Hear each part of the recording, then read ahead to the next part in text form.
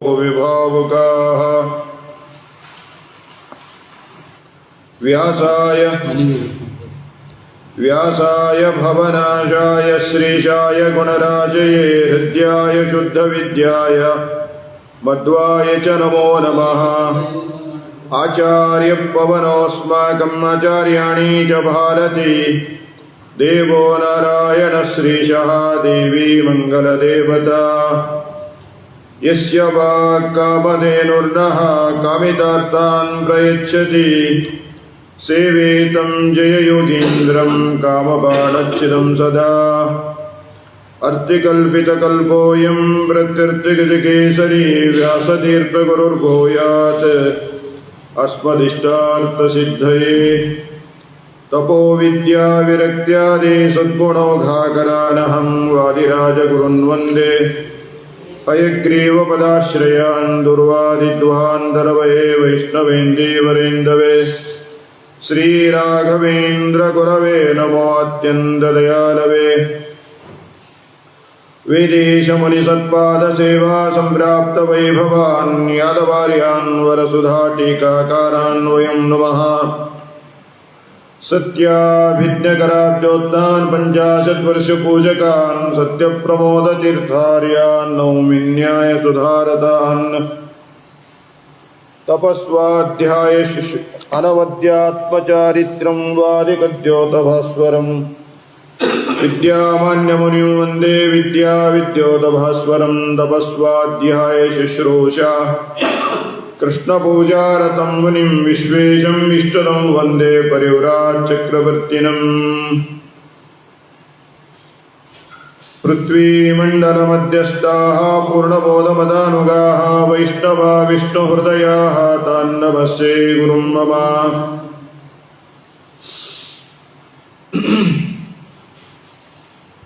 ಮಧ್ವಮಾನಸ ಸತ್ತೀರ್ಥೇ ಜೇ ಸೂರ್ಯವಿಕಾಸಿತೆ ಸತ್ಯಾತ್ಮತೀರ್ಥನಲಿನೇ ಚಂಚರೀಗತಿಮೇವ ನಃ. ಶ್ರೀಗುರುಭ್ಯೋ ನಮಃ. ಹರಿ ಓಂ.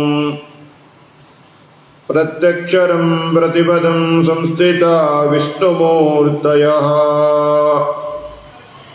ಭಾಗವತದ ಒಂದೊಂದು ಅಕ್ಷರದಲ್ಲೂ ಕೂಡ ಸಂಸ್ಥಿತಾ ವಿಷ್ಣುಮೂರ್ತಯಃ, ಪರಮಾತ್ಮನ ಮೂರ್ತಿಗಳೇ ಸನ್ನಿಧಾನವನ್ನು ಹೊಂದಿದ್ದಾವೆ ಎಂಬುದಾಗಿ ಭಾಗವತದ ಮಹಿಮೆಯನ್ನು ಹೇಳ್ತಾ ಇದ್ದಾರೆ.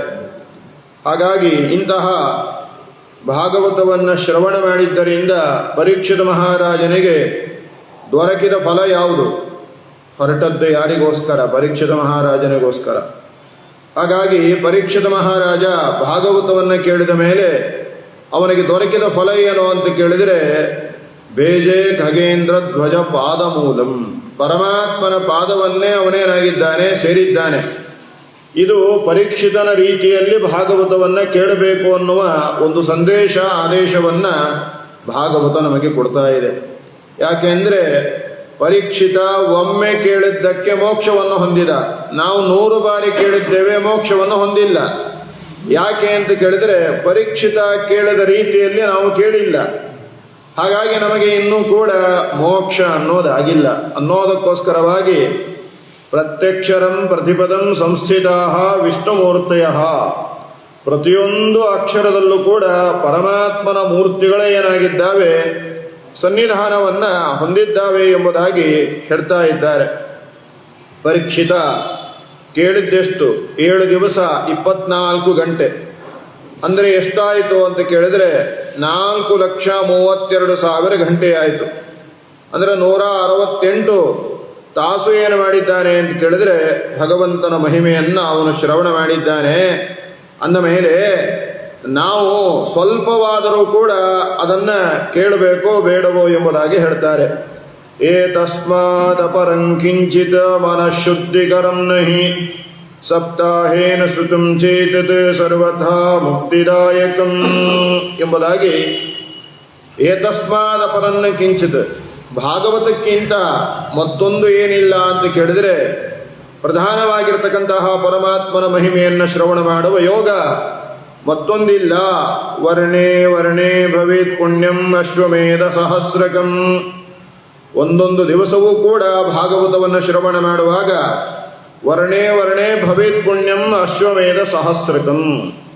2 ತಾಸಲ್ಲ, ಒಂದೊಂದು ಅಕ್ಷರ ಕೇಳಿದರೂ ಕೂಡ ಸಾವಿರಾರು ಅಶ್ವಮೇಧ ಯಾಗ ಮಾಡಿದ ಪುಣ್ಯವನ್ನು ನಾವೇನು ಮಾಡ್ತೇವೆ ಅಂತ ಕೇಳಿದ್ರೆ ಪಡಿತೇವೆ. ಯಾಕೆ ಅಂದರೆ ಆ ಭಾಗವತದ ಮಹತ್ವ ಏನು ಅಂತ ನಾವು ನೋಡಿದ್ದೇವೆ. ಎಲ್ಲ ಗ್ರಂಥಗಳನ್ನು ರಚನೆ ಮಾಡಿ ಕೊನೆಗೆ ಭಗವಂತ ಭಾಗವತವನ್ನು ರಚನೆ ಮಾಡಿದ್ದಾನೆ. ಆ ಕಾರಣಕ್ಕೋಸ್ಕರವಾಗಿ ಭಾಗವತವನ್ನು ಶ್ರವಣ ಮಾಡಿದಾಗ ಅಂತಹ ಪುಣ್ಯ ಅನ್ನೋದೇನಾಗ್ತಾ ಇದೆ, ಉಂಟಾಗ್ತಾ ಇದೆ. ಭಗವಂತನೇ ಹೇಳಿದ್ದಾನಂತೆ. ಏನು ಹೇಳಿದ್ದಾನೆ? ಯತ್ರ ಯತ್ರ ಚತುರ್ವಕ್ತ್ರ ಶ್ರೀಮದ್ ಭಾಗವತಂ ಭವೇತ್ ಗಚ್ಛಾಮಿ ತತ್ರ ತತ್ರಾಹಂ ಗೌರ್ಯತಃ ಅಮೃತವತ್ಸಕ ಎಂಬುದಾಗಿ ಹೇಳ್ತಾರೆ. ಏನು ಅಂದರೆ ಭಗವಂತ ಬ್ರಹ್ಮದೇವರನ್ನು ಕುರಿತು ಹೇಳಿದ್ದಾನೆ. ಏನು ಹೇಳಿದ್ದಾನೆ? ಎಲ್ಲೆಲ್ಲಿ ಭಾಗವತ ನಡೀತದೋ ನಾನು ಅಲ್ಲಿ ಹೋಗ್ತೇನೆ ಅಂತ. ನೋಡ್ರಿ, ನಾವೆಲ್ಲ ಭಾಗವತಕ್ಕೆ ಹೋದರೆ ಭಗವಂತನೂ ಕೂಡ ಹೋಗೋದೊಂದಿದೆ ಅಂತೆ. ಎಲ್ಲಿ ಹೋಗ್ತಾನೆ ಅಂದರೆ ಯತ್ರ ಯತ್ರ ಚತುರ್ವಕ್ತ್ರ ಶ್ರೀಮದ್ ಭಾಗವತಂ ಭವೇತ್. ಎಲ್ಲೆಲ್ಲಿ ಭಾಗವತ ನಡೀತಾ ಇದೆಯೋ ಗಚ್ಛಾಮಿ ತತ್ರ, ನಾನು ಅಲ್ಲಿ ಹೋಗ್ತೇನೆ. ಹೇಗೆ ಅಂತ ಕೇಳಿದ್ರೆ ಗೌರ್ಯತಃ ಅಮೃತವತ್ಸಕ ಎಂಬುದಾಗಿ ಹೇಳ್ತಾರೆ. ಕರು ಆಕಳನ್ನು ಅನುಸರಣೆ ಮಾಡಿಕೊಂಡು ಹೇಗೆ ಹೋಗ್ತದೋ ಹಾಗೆ ನಾನು ಕೂಡ ಎಲ್ಲಿ ಭಾಗವತ ನಡೀತಾ ಇರ್ತದೆ ಅಲ್ಲಿ ಹೋಗ್ತೇನೆ. ಯಾಕೆ ಅಂದರೆ ಭಾಗವತ ನನ್ನ ಪ್ರತಿಮಾಸ್ಥಾನೀಯವಾದದ್ದು, ಅಲ್ಲಿ ನಾನಿದ್ದೇನೆ ಎಂಬುದಾಗಿ ಭಗವಂತ ಹೇಳ್ತಾ ಇದ್ದಾನೆ. ಆದ್ದರಿಂದ ಭಾರತಂ ಶೃಣುಯಾನ್ ನಿತ್ಯಂ ಭಾರತಂ ಪರಿಕೀರ್ತಯೇತ್ ಭಾರತಂ ಭವನೇ ಯಸ್ಯ ತಸ್ಯ ಹಸ್ತಗತೋ ಜಯಃ. ನೋಡಿ, ಯಾರ ಮನೆಗೆ ಯಾರಿಗೆ ಜಯವಾಗ್ತದೆ ಅಂತ ಕೇಳಿದ್ರೆ ಭಾರತಂ ಶೃಣುಯಾದ್ ನಿತ್ಯಂ ಭಾರತಂ ಪರಿಕೀರ್ತಯೇತ್. ಯಾರು ಪ್ರತಿ ದಿವಸ ಭಾರತ ಭಾರತ ಭಾರತ ಅಂತ ಹೇಳ್ತಾರೆ, ಯಾರು ಪ್ರತಿ ದಿವಸ ಭಾಗವತ ಭಾಗವತ ಭಾಗವತ ಅಂತ ಹೇಳ್ತಾರೆ ಅವರ ಕೈಯಲ್ಲೇ ಜಯ ಇದೆ ಅಂತ ಹೇಳ್ತಾರೆ. ಜಯೋ ನಾಮ ಇತಿಹಾಸ. ಜಯ ಅಂದರೆ ಇತಿಹಾಸ ಎಂಬುದಾಗಿ. ಅದಕ್ಕೋಸ್ಕರವಾಗಿ ಇಂತಹ ಭಾಗವತವನ್ನು ನಾವು ಅವಶ್ಯವಾಗಿ ಏನು ಮಾಡಬೇಕು ಅಂತ ಕೇಳಿದ್ರೆ ಶ್ರವಣ ಮಾಡಬೇಕು ಅಂತ ಹೇಳ್ತಾ ಇದ್ದಾರೆ. ಹಾಗಾಗಿ ಇದನ್ನ ಕೇವಲ ಮನುಷ್ಯರು ಏನು ಮಾಡೋದಿಲ್ಲ, ಶ್ರವಣ ಮಾಡೋದಿಲ್ಲ, ದೇವತೆಗಳು ಕೂಡ ಶ್ರವಣ ಮಾಡುತ್ತಾರೆ. ಶ್ರೀಮದ್ ಭಾಗವತಂ ಪುರಾಣ ತಿಲಕಂ ಯಜ್ಞೈಷ್ಟವಾನಾಂ ಧನಂ ಯಸ್ಮಿನ್ ಪಾರಮಹಂಸಮೇವ ಮವಲಂ ಜ್ಞಾನಂ ಪರಂ ಗೀಯತೆ ಎಂಬುದಾಗಿ ಹೇಳ್ತಾರೆ. ಶ್ರೀಮದ್ ಭಾಗವತಂ ಪುರಾಣ ತಿಲಕಂ. ಭಾಗವತ ಅನ್ನೋದು ಪುರಾಣಗಳ ರಾಜ. ಅದು ಪುರಾಣ ತಿಲಕ. ಯಜ್ಞವೈಷ್ಟವಾನಾಂ ಧನಂ. ಯಾರಿದನ್ನು ಶ್ರವಣ ಮಾಡ್ತಾರೋ ಅವರಿಗೆ ಇದು ನಿಜವಾದ ಸಂಪತ್ತು. ಬೇರೆ ಯಾವ ಸಂಪತ್ತನ್ನು ಅರಸಿಕೊಂಡು ಹೋಗಬೇಕಾಗಿಲ್ಲ. ಭಾಗವತ ಎನ್ನುವ ಸಂಪತ್ತನ್ನು ಅರಸಿಕೊಂಡು ಹೋದರೆ ಸಾಕು. ಯಸ್ಮಿನ್ ಪಾರಮಹಂಸಮೇವ ಮವಲಂ ಜ್ಞಾನಂ ಪರಂ ಗೀಯತೆ.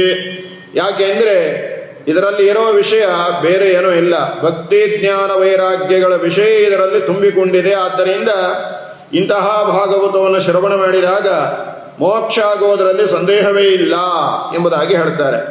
ಹಾಗಾಗಿ ಭಾಗವತ ನಡೆದಾಗ ಏನಾಗಿದೆ ಅಂತ ಹೇಳ್ತಾ ಇದ್ದಾರೆ.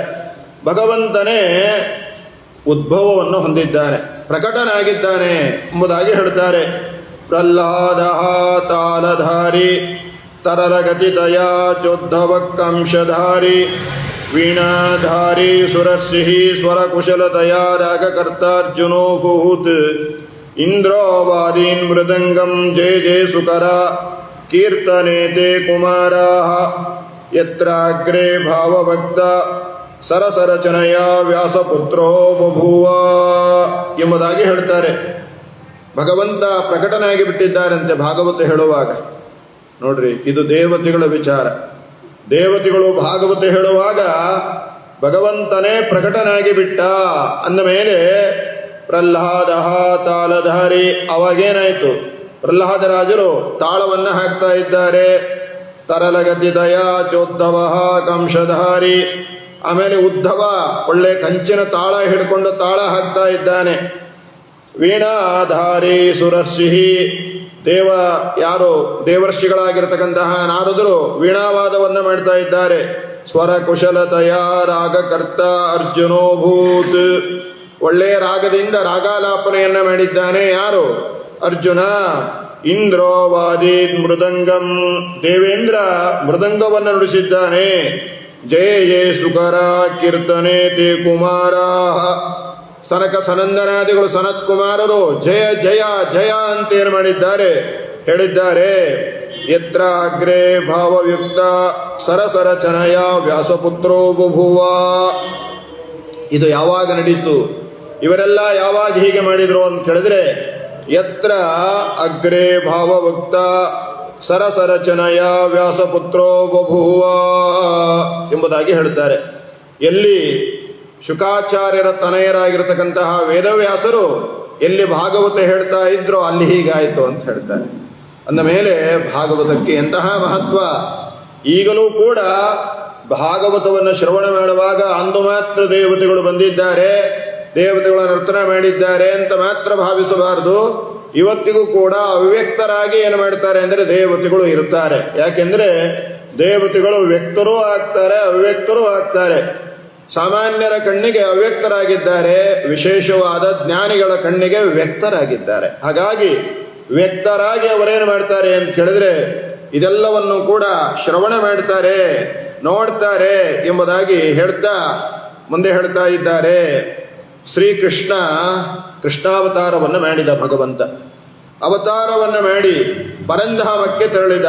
ತನ್ನ ಎಲ್ಲಾ ಕಾರ್ಯಗಳನ್ನು ಕೂಡ ಮಾಡಿ ಯದಾ ಯದಾ ಹಿ ಧರ್ಮಸ್ಯ ಗ್ಲಾನಿರ್ಭವತಿ ಭಾರತ ಅಭ್ಯುತ್ಥಾನಂ ಅಧರ್ಮಸ್ಯ ತದಾತ್ಮಾನಂ ಸೃಜಾಮ್ಯಹಂ ಅಂತ ಹೇಳಿದ ಹಾಗೆ ತಾನು ಮಾಡಬೇಕಾದ ಎಲ್ಲಾ ಕಾರ್ಯಗಳನ್ನು ಮಾಡಿ ಕೊನೆಗೆ ಪರಂಧಾಮಕ್ಕೆ ಹೋದ.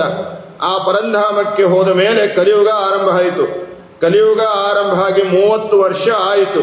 ಆ 30 ವರ್ಷ ಆದ ಮೇಲೆ ಭಾದ್ರಪದ ಮಾಸದ ಶುಕ್ಲ ಪಕ್ಷದ ನವಮಿಯಿಂದ ಆರಂಭ ಮಾಡಿಕೊಂಡು ಹುಣ್ಣಿಮೆಯ ತನಕ ಶುಕಾಚಾರ್ಯರು ಪರೀಕ್ಷಿತ ಮಹಾರಾಜನಿಗೆ ಭಾಗವತ ಹೇಳಿದ್ದಾರೆ.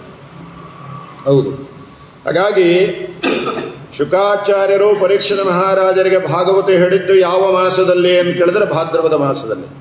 ಅವನಿಗೆ ಅಷ್ಟಮಿ ಶಾಪ ಬಂತು. ಭಾದ್ರಪದ ಮಾಸದ ಶುಕ್ಲ ಪಕ್ಷದ ಅಷ್ಟಮಿ ದಿವಸ ಶಾಪ ಬಂತು. ಹಾಗಾಗಿ ನವಮಿಯಿಂದ ಹುಣ್ಣಿಮೆಯ ತನಕ ಏನು ಮಾಡಿದ್ದಾರೆ, ಶುಕಾಚಾರ್ಯರು ಭಾಗವತವನ್ನು ಸಪ್ತಾಹದ ಕ್ರಮದ ಮೂಲಕವಾಗಿ ಏನು ಮಾಡಿದ್ದಾರೆ, ನಿರೂಪಣೆಯನ್ನ ಮಾಡಿದ್ದಾರೆ. ಹಾಗಾಗಿ ಭಾಗವತವನ್ನು ಭಾದ್ರಪದ ಮಾಸದಲ್ಲಿ ಹೇಳುವಂತಹ ಕ್ರಮ ಏನಾಗಿದೆ ಅಂತ ಹೇಳಿದ್ರೆ ಬಂದಿದೆ. ಇದು ಒಂದು ಕಾರಣ. ಇನ್ನೊಂದು ಕಾರಣ, ನೀವು ಸ್ವಲ್ಪ ಪಂಚಾಂಗ ತೆಗೆದು ನೋಡ್ರಿ. ಉತ್ತರ ಭಾದ್ರಪದ ಪೂರ್ವ ಭಾದ್ರಪದ ಎರಡೂ ನಕ್ಷತ್ರಗಳು ಬರೋದು ಯಾವ ಮಾಸದಲ್ಲಿ ಅಂತ ಕೇಳಿದ್ರೆ ಭಾದ್ರಪದ ಮಾಸದ ಶುಕ್ಲ ಪಕ್ಷದಲ್ಲಿ ಮಾತ್ರ ಬರ್ತದೆ. ಎರಡೂ ನಕ್ಷತ್ರಗಳು ಪೂರ್ವ ಭಾದ್ರಪದ ಹಾಗೂ ಉತ್ತರ ಭಾದ್ರಪದ ಎರಡೂ ನಕ್ಷತ್ರಗಳು ಬರೋದು ಎಲ್ಲಿ ಅಂತ ಕೇಳಿದ್ರೆ ಭಾದ್ರಪದ ಮಾಸದ ಶುಕ್ಲ ಪಕ್ಷದಲ್ಲಿ ಮಾತ್ರ ಬರ್ತದೆ. ಅದಕ್ಕೋಸ್ಕರವೇ ಈ ಮಾಸಕ್ಕೆ ಭಾದ್ರಪದ ಮಾಸ ಅಂತ ಹೆಸರು. ಯಾಕೆ ಅಂದ್ರೆ ಯಾರು ಭಾಗವತವನ್ನು ಶ್ರವಣ ಮಾಡುತ್ತಾರೆ ಅವರಿಗೆ ಭದ್ರವಾದ ಪದವಿಯನ್ನು ಕೊಡ್ತೇನೆ, ಭದ್ರವಾದ ಮೋಕ್ಷವನ್ನು ಕೊಡುತ್ತೇನೆ ಅನ್ನೋದಕ್ಕೋಸ್ಕರವಾಗಿ ಇದಕ್ಕೆ ಭಾದ್ರಪದ ಮಾಸ ಎಂಬುದಾಗಿ ಹೇಳ್ತಾರೆ. ಇದರ ಇನ್ನೊಂದು ನಾಮಾಂತರವೇ ಯಾವುದು ಅಂತ ಕೇಳಿದ್ರೆ ಪ್ರೋಷ್ಠಪದಿ ಅಂತ ಹೇಳಿ. ಆ ಪ್ರೋಷ್ಠಪದಿ ಯಾಕೆ ಅನ್ನೋದರಲ್ಲೂ ಕೂಡ ಇನ್ನೂ ಅನೇಕ ಅರ್ಥ ಇದೆ. ಅದನ್ನ ಮತ್ತೆ ಇನ್ನೊಂದ್ಸಲ ನೋಡೋಣ. ಎಲ್ಲ ಒಂದೇ ಸಲ ಹೇಳಿದ್ರೆ ಆಗಲ್ಲ, ಅನೇಕ ವಿಷಯಗಳನ್ನು ನಾವು ಹೇಳಬೇಕಾಗಿದೆ. ಆದ್ದರಿಂದ ಪರಮಾತ್ಮ ಪರಂಧಾಮಕ್ಕೆ ಹೋಗಿ 30 ವರ್ಷ ಆದ ಮೇಲೆ ಶುಕಾಚಾರ್ಯರು ಭೂಲೋಕದಲ್ಲಿ ಏನು ಮಾಡಿದ್ದಾರೆ ಅಂತ ಕೇಳಿದ್ರೆ ಭಾದ್ರಪದ ಮಾಸದ ಶುಕ್ಲ ಪಕ್ಷದ ನವಮಿಯಿಂದ ಪರೀಕ್ಷಿತನಿಗೋಸ್ಕರವಾಗಿ ಭಾಗವತವನ್ನು ಸಪ್ತಾಹದ ಕ್ರಮದಲ್ಲಿ ನಿರೂಪಣೆಯನ್ನು ಮಾಡಿದ್ದಾರೆ. ಅದಾದ ಮೇಲೆ 200 ವರ್ಷ ಆಯಿತು. ಶುಕಾಚಾರ್ಯರು ಹೇಳಿ ಆದ ಮೇಲೆ 200 ವರ್ಷ. ಆ 200 ವರ್ಷ ಆದ ಮೇಲೆ ಆಷಾಢ ಶುಕ್ಲ ನವಮಿಯಿಂದ ಹುಣ್ಣಿಮೆಯ ತನಕ ಗೋಕರ್ಣ ಏನು ಮಾಡಿದ ಅಂತ ಕೇಳಿದ್ರೆ ದುಂದುಕಾರ್ಯ ಪ್ರೇತ ಜನ್ಮ ನಿವಾರಣೆ ಆಗುವುದಕ್ಕೋಸ್ಕರವಾಗಿ ಭಾಗವತವನ್ನ ಸಪ್ತಾಹ ಕ್ರಮದಲ್ಲಿ ಹೇಳಿದ. ಸರಿ, ಅದಾಯಿತು. ಅದಾದ ಮೇಲೆ 3000 ವರ್ಷ ಕಳೆಯಿತು. 3000 ವರ್ಷ ಕಳೆದ ಮೇಲೆ ಮುಂದೆ ಏನಾಯಿತು ಅಂತ ಕೇಳಿದ್ರೆ ಕಾರ್ತೀಕ ಮಾಸದ ಶುಕ್ಲ ಪಕ್ಷದ ನವಮಿಯಿಂದ ಹುಣ್ಣಿಮೆಯ ತನಕ ಏನು ಮಾಡ್ತಾರೆ ಅಂತ ಕೇಳಿದ್ರೆ ಸನಕಾದಿಗಳು ಏನು ಮಾಡ್ತಾರೆ, ನಾರದರಿಗೋಸ್ಕರವಾಗಿ ಸಪ್ತಾಹವನ್ನು ನಡೆಸ್ತಾರೆ.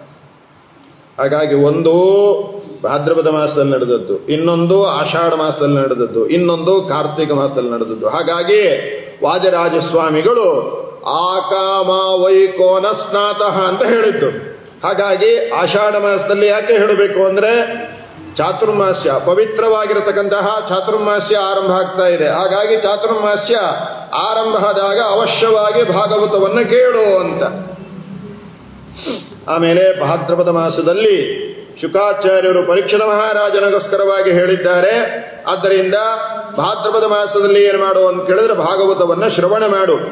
ಆಮೇಲೆ ಕಾರ್ತೀಕ ಮಾಸದಲ್ಲಿ ಸನಕ ಸನಂದನಾದಿಗಳೇನು ಮಾಡಿದ್ದಾರೆ ಅಂತ ಕೇಳಿದ್ರೆ ಯಾರಿಗೆ ನಾರದ ಮಹಾಮಹರ್ಷಿಗಳಿಗೆ ಭಾಗವತವನ್ನು ಹೇಳಿದ್ದಾರೆ. ಆದ್ದರಿಂದ ಆ ಮಾಸದಲ್ಲಿ ಭಾಗವತವನ್ನ ಶ್ರವಣ ಮಾಡು ಎಂಬುದಾಗಿ ಹೇಳ್ತಾ ಇದ್ದಾರೆ. ಹಾಗಾಗಿ ಭಾಗವತವನ್ನು ಹೇಳೋದರಿಂದ, ಕೇಳೋದರಿಂದ, ಶ್ರವಣ ಮಾಡೋದರಿಂದ ಇಂತಹ ಒಂದು ವಿಶೇಷವಾಗಿರತಕ್ಕಂತಹ ಫಲ ಇದೆ ಅನ್ನೋದನ್ನ ಭಾಗವತ ನಮಗೆ ಪದ್ಮಪುರಾಣ, ಸ್ಕಂದ ಪುರಾಣ ಮೊದಲಾದ ಪುರಾಣಗಳೆಲ್ಲವೂ ಕೂಡ ನಿರೂಪಣೆಯನ್ನ ಮಾಡ್ತಾ ಇದ್ದಾವೆ. ಆದ್ದರಿಂದ ಯಮನೂ ಕೂಡ ಆದೇಶವನ್ನ ಮಾಡಿದ್ದಾನಂತೆ. ಸ್ವಪುರುಷಮಪಿ ವೀಕ್ಷ ಪಾಶಹಸ್ತಂ ವದತಿ ಯಮಃ ಕಿಲ ತಸ್ಯ ಕರ್ಣಮೂಲೆ ಪರಿಹರ ಭಗವತ್ಕಥಾಸು ಮತ್ತಾನ್ ಪ್ರಭುರಹಮನ್ನಋಣಾಂ ನ ವೈಷ್ಣವಾನಾಂ ಎಂಬುದಾಗಿ ಯಮನೂ ಕೂಡ ಏನು ಮಾಡಿದ್ದಾನೆ, ತನ್ನ ದೂತರಿಗೆ ಆದೇಶವನ್ನ ಮಾಡಿದ್ದಾನೆ. ಏನಂತ ನೋಡಪ್ಪ, ಕೈಯಲ್ಲಿ ಪಾಶವನ್ನು ಹಿಡಿದುಕೊಂಡು ಹೊರಟಂತಹ ತನ್ನ ದೂತರಿಗೆ ಯಮ ಕರ್ಣಮೂಲೆ ಅವರ ಕಿವಿಯಲ್ಲಿ ರಹಸ್ಯವಾಗಿ ಹೇಳ್ತಾನಂತೆ. ಏನಂತ, ಯಾರು ಪರಮಾತ್ಮನ ಕಥಾಮೃತದಲ್ಲಿ ಮತ್ತರಾಗಿದ್ದಾರೆ, ಆಸಕ್ತರಾಗಿದ್ದಾರೆ, ಅಂಥವರ ಬಳಿಗೆ ನೀವು ಹೋಗಬೇಡಿ, ಮೃತ್ಯುವಿಗೋಸ್ಕರವಾಗಿ ಹೇಳಬೇಡಿ, ಹೋಗಬೇಡಿ.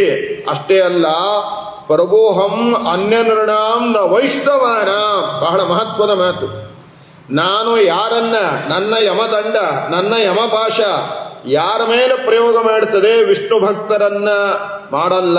ವಿಷ್ಣು ಭಕ್ತರನ್ನು ಹೊರತುಪಡಿಸಿ ಬೇರೆಯವರಿಗೆ ನನ್ನ ಪಾಶ ಕೆಲಸ ಮಾಡುತ್ತದೆ ವಿನಃ ವಿಷ್ಣು ಭಕ್ತರ ಮೇಲೆ ನಾನು ಪಾಶವನ್ನು ಬೀಸಲ್ಲ ಅಂತ ಯಮ ಏನು ಮಾಡ್ತಾನೆ ಹೇಳ್ತಾನೆ. ಅಂದ ಮೇಲೆ ಯಾರು ಭಾಗವತವನ್ನು ಶ್ರವಣ ಮಾಡ್ತಾರೆ ಅವರಿಗೆ ಬಹಳ ಭಯಂಕರವಾದ ಪಾಶ ಯಾವುದು ಅಂತ ಕೇಳಿದ್ರೆ ಯಮಪಾಶ. ಅಂದ ಮೇಲೆ ಈ ಯಮಪಾಶವು ಕೂಡ ಇದರಿಂದ ಪರಿಹಾರವಾಗ್ತಾ ಇದೆ. ಅಂದ ಮೇಲೆ ಇಂತಹ ಭಾಗವತ ಅವಶ್ಯವಾಗಿ ನಾವು ಶ್ರವಣ ಮಾಡಬೇಕು. ಹಾಗಾಗಿ ಹೇಳ್ತಾ ಇದ್ದಾರೆ, ಶ್ಲೋಕಾರ್ಧಂ ಶ್ಲೋಕಪಾದಂ ವಾ ನಿತ್ಯಂ ಭಾಗವತೋದ್ಭವಂ ಪಠತೆ ಶೃಣಯಾದ್ಯಸ್ತು ಗೋಸಹಸ್ರ ಫಲಂ ಲಭೇತ್. ಯಾರು ಒಂದು ಶ್ಲೋಕವನ್ನಾಗಲಿ ಅರ್ಧ ಶ್ಲೋಕವನ್ನಾಗಲಿ ಶ್ರವಣ ಮಾಡ್ತಾರೆ, ಗೋಸಹಸ್ರ ಫಲಂ ಲಭೇತ್, 1,000 ಗೋದಾನವನ್ನ ಮಾಡಿದ ಫಲ ಬರುತ್ತದೆ. ಯಾಕೆಂದ್ರೆ ನಿನ್ನೆ ಹೇಳಿದ್ದೇವೆ, ಮಹಾಭಾರತ ಕೇಳಿದ್ರೇನೆ ಯೋಗೋ ಶತಂ ಕನಕ ಶೃಂಗಮಯಂ ದದಾತಿ ವಿಪ್ರಾಯ ವೇದ ವಿದಿಶೆ ಬಹುವಿಶ್ರುತಾಯ ಅಂತ ಹೇಳ್ತಾರೆ. 100 ಗೋದಾನವನ್ನ ಕೋಡಿಗೆ ಬಂಗಾರದ ಕವಚವನ್ನ ಹಾಕಿ ಕರುವಿನಿಂದ ಸಹಿತವಾದ ಗೋದಾನವನ್ನ ಮಾಡಿದರೆ ಏನು ಫಲ ಬರುತ್ತದೋ ಆ ಫಲ ಮಹಾಭಾರತವನ್ನು ಶ್ರವಣ ಮಾಡುವುದರಿಂದ ಬರ್ತದೆ. ಅದಕ್ಕಿಂತ ಅಧಿಕವಾದ ಪುಣ್ಯ ಭಾಗವತವನ್ನು ಶ್ರವಣ ಮಾಡೋದರಿಂದ ಬರ್ತಾ ಇದೆ. ಯಾಕೆ ಅಂತ ಕೇಳಿದ್ರೆ, ಅರ್ಥೋಯಂ ಬ್ರಹ್ಮಸೂತ್ರಾಣಾಂ ಭಾರತಾರ್ಥಮೇರ್ಣಯ ಗಾಯತ್ರಿ ಭಾಷ್ಯರೂಪೋಸೋ ವೇದಾರ್ಥ ಪರಿಬ್ರಹ್ಮಿತ ಎಂಬುದಾಗಿ ಹೇಳ್ತಾರೆ. ಭಾಗವತದ ಕಥೆ ಎಲ್ಲರಿಗೂ ಗೊತ್ತಿದೆ. ಇವಾಗಂತೂ ಮಾಧ್ಯಮದಲ್ಲಿ ಟಿವಿನಲ್ಲಿ ಬಹಳ ಜನ ಭಾಗವತ ಹೇಳ್ತಾ ಇರ್ತಾರೆ, ಕಥೆ ಗೊತ್ತಿದೆ. ಆದರೆ ಆ ಕಥೆ ಅಂತ ನಾವು ಉಪೇಕ್ಷೆಯನ್ನ ಮಾಡಬಾರದು. ಕಥೆ ನಮ್ಮ ವ್ಯಥೆಯನ್ನ ಪರಿಹಾರ ಮಾಡುತ್ತೆ. ಹಾಗಾಗಿ ಕಥೆಯ ಜೊತೆಗೆ ಅದರ ಜೊತೆಗೆ ಇರುವಂತಹ ಆಧ್ಯಾತ್ಮವನ್ನ ನಾವೇನು ಮಾಡಬೇಕು ಅಂದ್ರೆ ತಿಳ್ಕೊಳ್ಳೋ ಪ್ರಯತ್ನವನ್ನ ಮಾಡಬೇಕು. ಯಾಕೆ ಅಂದ್ರೆ ಈ ಪ್ರಸಂಗದಲ್ಲಿ ನಾವು ತಿಳಿಯದೆ ಇನ್ಯಾವ ಪ್ರಸಂಗದಲ್ಲಿ ತಿಳಿಯೋದಕ್ಕೆ ಸಾಧ್ಯ ಇದೆ. ಯಾಕೆಂದ್ರೆ ಭಾಗವತವನ್ನ ಸಪ್ತಾಹದ ಮೂಲಕ, ಯಾರ್ದೋ ಮನೆಯಲ್ಲಿ ಕರೀತಾರೆ, ಆಚಾರ 1 ವಾರ ಸಪ್ತಾಹ ಹೇಳ್ರಿ ಅಂತ. ಆ ಸಪ್ತಾಹ ಕ್ರಮದಲ್ಲಿ ಹೇಳುವಾಗ ಇಷ್ಟೆಲ್ಲ ಹೇಳಲಿಕ್ಕಾಗೋದಿಲ್ಲ, ಇಷ್ಟೆಲ್ಲ ಹೇಳೋದಕ್ಕೆ ಸಮಯ ಇರೋದೇ ಇಲ್ಲ. ಆದ್ದರಿಂದ ಇವಾಗ ನಮಗೆ ಸಿಕ್ಕದ್ದು 15 ದಿವಸ. ಹಾಗಾಗಿ 15 ದಿವಸದಲ್ಲಿ ಕಥೆಯ ಜೊತೆಗೆ ಇರತಕ್ಕಂತಹ ಆಧ್ಯಾತ್ಮಿಕವಾದ ನಂಟು ಭಾಗವತಕ್ಕೆ ಏನಿದೆ ಅದನ್ನ ನಾವು ತಿಳ್ಕೊಳ್ಳುವ ಪ್ರಯತ್ನವನ್ನ ಮಾಡೋಣ. ಆದ್ದರಿಂದ ಭಾಗವತವನ್ನು ಶ್ರವಣ ಮಾಡೋದ್ರಿಂದ ಕೇಳುವವರು ಮಾತ್ರ ಮೋಕ್ಷಕ್ಕೆ ಹೋಗುವುದಲ್ಲ, ತೃಪ್ತರಾಗೋದಲ್ಲ, ಪಾಪದಿಂದ ಬಿಡುಗಡೆ ಆಗೋದು ಮಾತ್ರವಲ್ಲ. ಪದ್ಮಪುರಾಣ ಹೇಳ್ತಾ ಇದೆ, ಯಾವತ್ತಿನಾನಿ ಹೇ ಪುತ್ರ ಶಾಸ್ತ್ರಂ ಭಾಗವತಂ ಗೃಹೆ ತಾವತ್ ಪಿಬಂತಿ ಪಿತರಃ ಕ್ಷೀರಂ ಸರ್ಪಿರ್ಮಧೋದಕಂ ಎಂಬುದಾಗಿ ಚೂರು ಸೌಂಡ್ ಕೊಡಿ. ಎಲ್ಲಿ ಯಾವ ಮನೆಯಲ್ಲಿ ಭಾಗವತ ಕೇಳುವುದು ಮುಂದಿನ ಮಾತು ಅಂತ ಹೇಳ್ತಾರೆ. ಯಾರ ಮನೆಯಲ್ಲಿ ಭಾಗವತ ಗ್ರಂಥ ಇರುತ್ತದೆ ಆ ಮನೆಯ ಪಿತೃದೇವತೆಗಳು ದೇವಲೋಕದಲ್ಲಿ, ಪಿತೃಲೋಕದಲ್ಲಿ, ಗೋಲೋಕದಲ್ಲಿ, ಸಾಂತಾನಿಕ ಲೋಕದಲ್ಲಿ ಏನು ಮಾಡ್ತಾರೆ ಅಂದ್ರೆ ಹಾಲು, ತುಪ್ಪ, ಜೇನುತುಪ್ಪ ಇವುಗಳನ್ನು ಕುಡಿತಾರಂತೆ. ಕ್ಷೀರಂ ಸರ್ಪಿರ್ ಮಧುದಕ. ಮನುಸ್ಮೃತಿಯಲ್ಲಿ ಒಂದು ಮಾತಿದೆ, ಏನು ಅಂತ ಕೇಳಿದ್ರೆ, ಏಷ್ಟವ್ಯಾಹ ಬಹವ ಪುತ್ರಾಹ ಎದ್ದೇ ಗೋಬಿ ಗಯಾಮೃಜೇತ್ ಅಂತ. ಬಹಳ ಜನ ಮಕ್ಕಳನ್ನು ಪಡಿಬೇಕಂತೆ. 16 ಜನ ಮಕ್ಕಳು. ಹಿಂದಕ್ಕೆಲ್ಲ ಹಾಗಿತ್ತು, 4 ಗಂಡು 10 5-6 ಹೆಣ್ಣು ಹೀಗೆಲ್ಲ ಇತ್ತು. ಸರಿನಾ? ಏಷ್ಟವ್ಯಾಹ ಬಹವ ಪುತ್ರಾಹ, ಬಹಳ ಜನ ಮಕ್ಕಳನ್ನು ಪಡಿಬೇಕಂತೆ. ಯಾಕೆಂದ್ರೆ ಎದ್ದೇ ಗೋಬಿ ಗಯಾಮೃಜೇತ್. ಯಾರಾದರೂ ಒಬ್ಬ ಹೋಗಿ ಏನು ಮಾಡ್ತಾನೆ, ಗಯೆಗೆ ಹೋಗಿ ಪಿಂಡ ಪ್ರದಾನವನ್ನು ಮಾಡ್ತಾನೆ. ಗಯಾಶ್ರಾದ್ದಾತ್ ಪ್ರಮುಚ್ಯತೆ, ಗಯಾಶ್ರಾದ್ದದಿಂದ ನಮ್ಮನ್ನು ಉದ್ಧಾರ ಮಾಡ್ತಾನೆ ಅಂತ.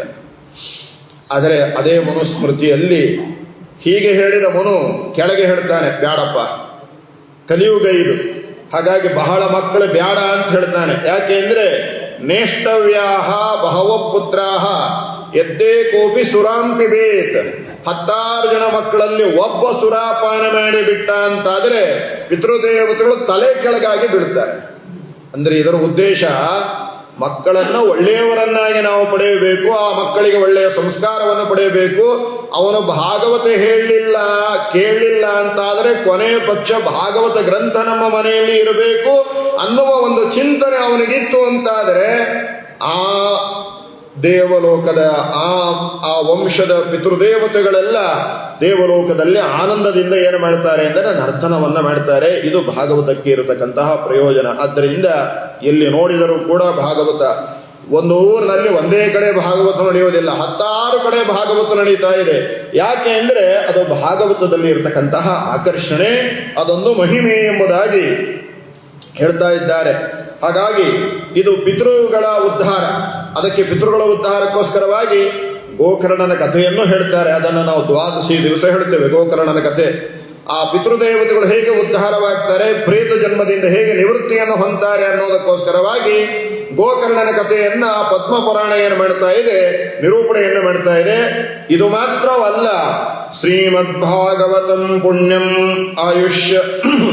ಆಯುರಾರೋಗ್ಯವರ್ಧನಂ ಪಠನ ಶ್ರವಣಾದ್ವಾಪಿ ಸರ್ವ ಪಾಪೈ ಪ್ರಮುಚ್ಯತೆ ಎಂಬುದಾಗಿ ಹೇಳ್ತಾರೆ. ನೋಡಿ, ಶ್ರೀಮದ್ಭಾಗವತಂ ಪುಣ್ಯಂ, ಭಾಗವತ ಅನ್ನೋದು ಬಹಳ ಪುಣ್ಯದಾಯಕವಾದದ್ದು, ಆಯುಷ್ಯದಾಯಕವಾದದ್ದು, ಆರೋಗ್ಯದಾಯಕವಾದದ್ದು.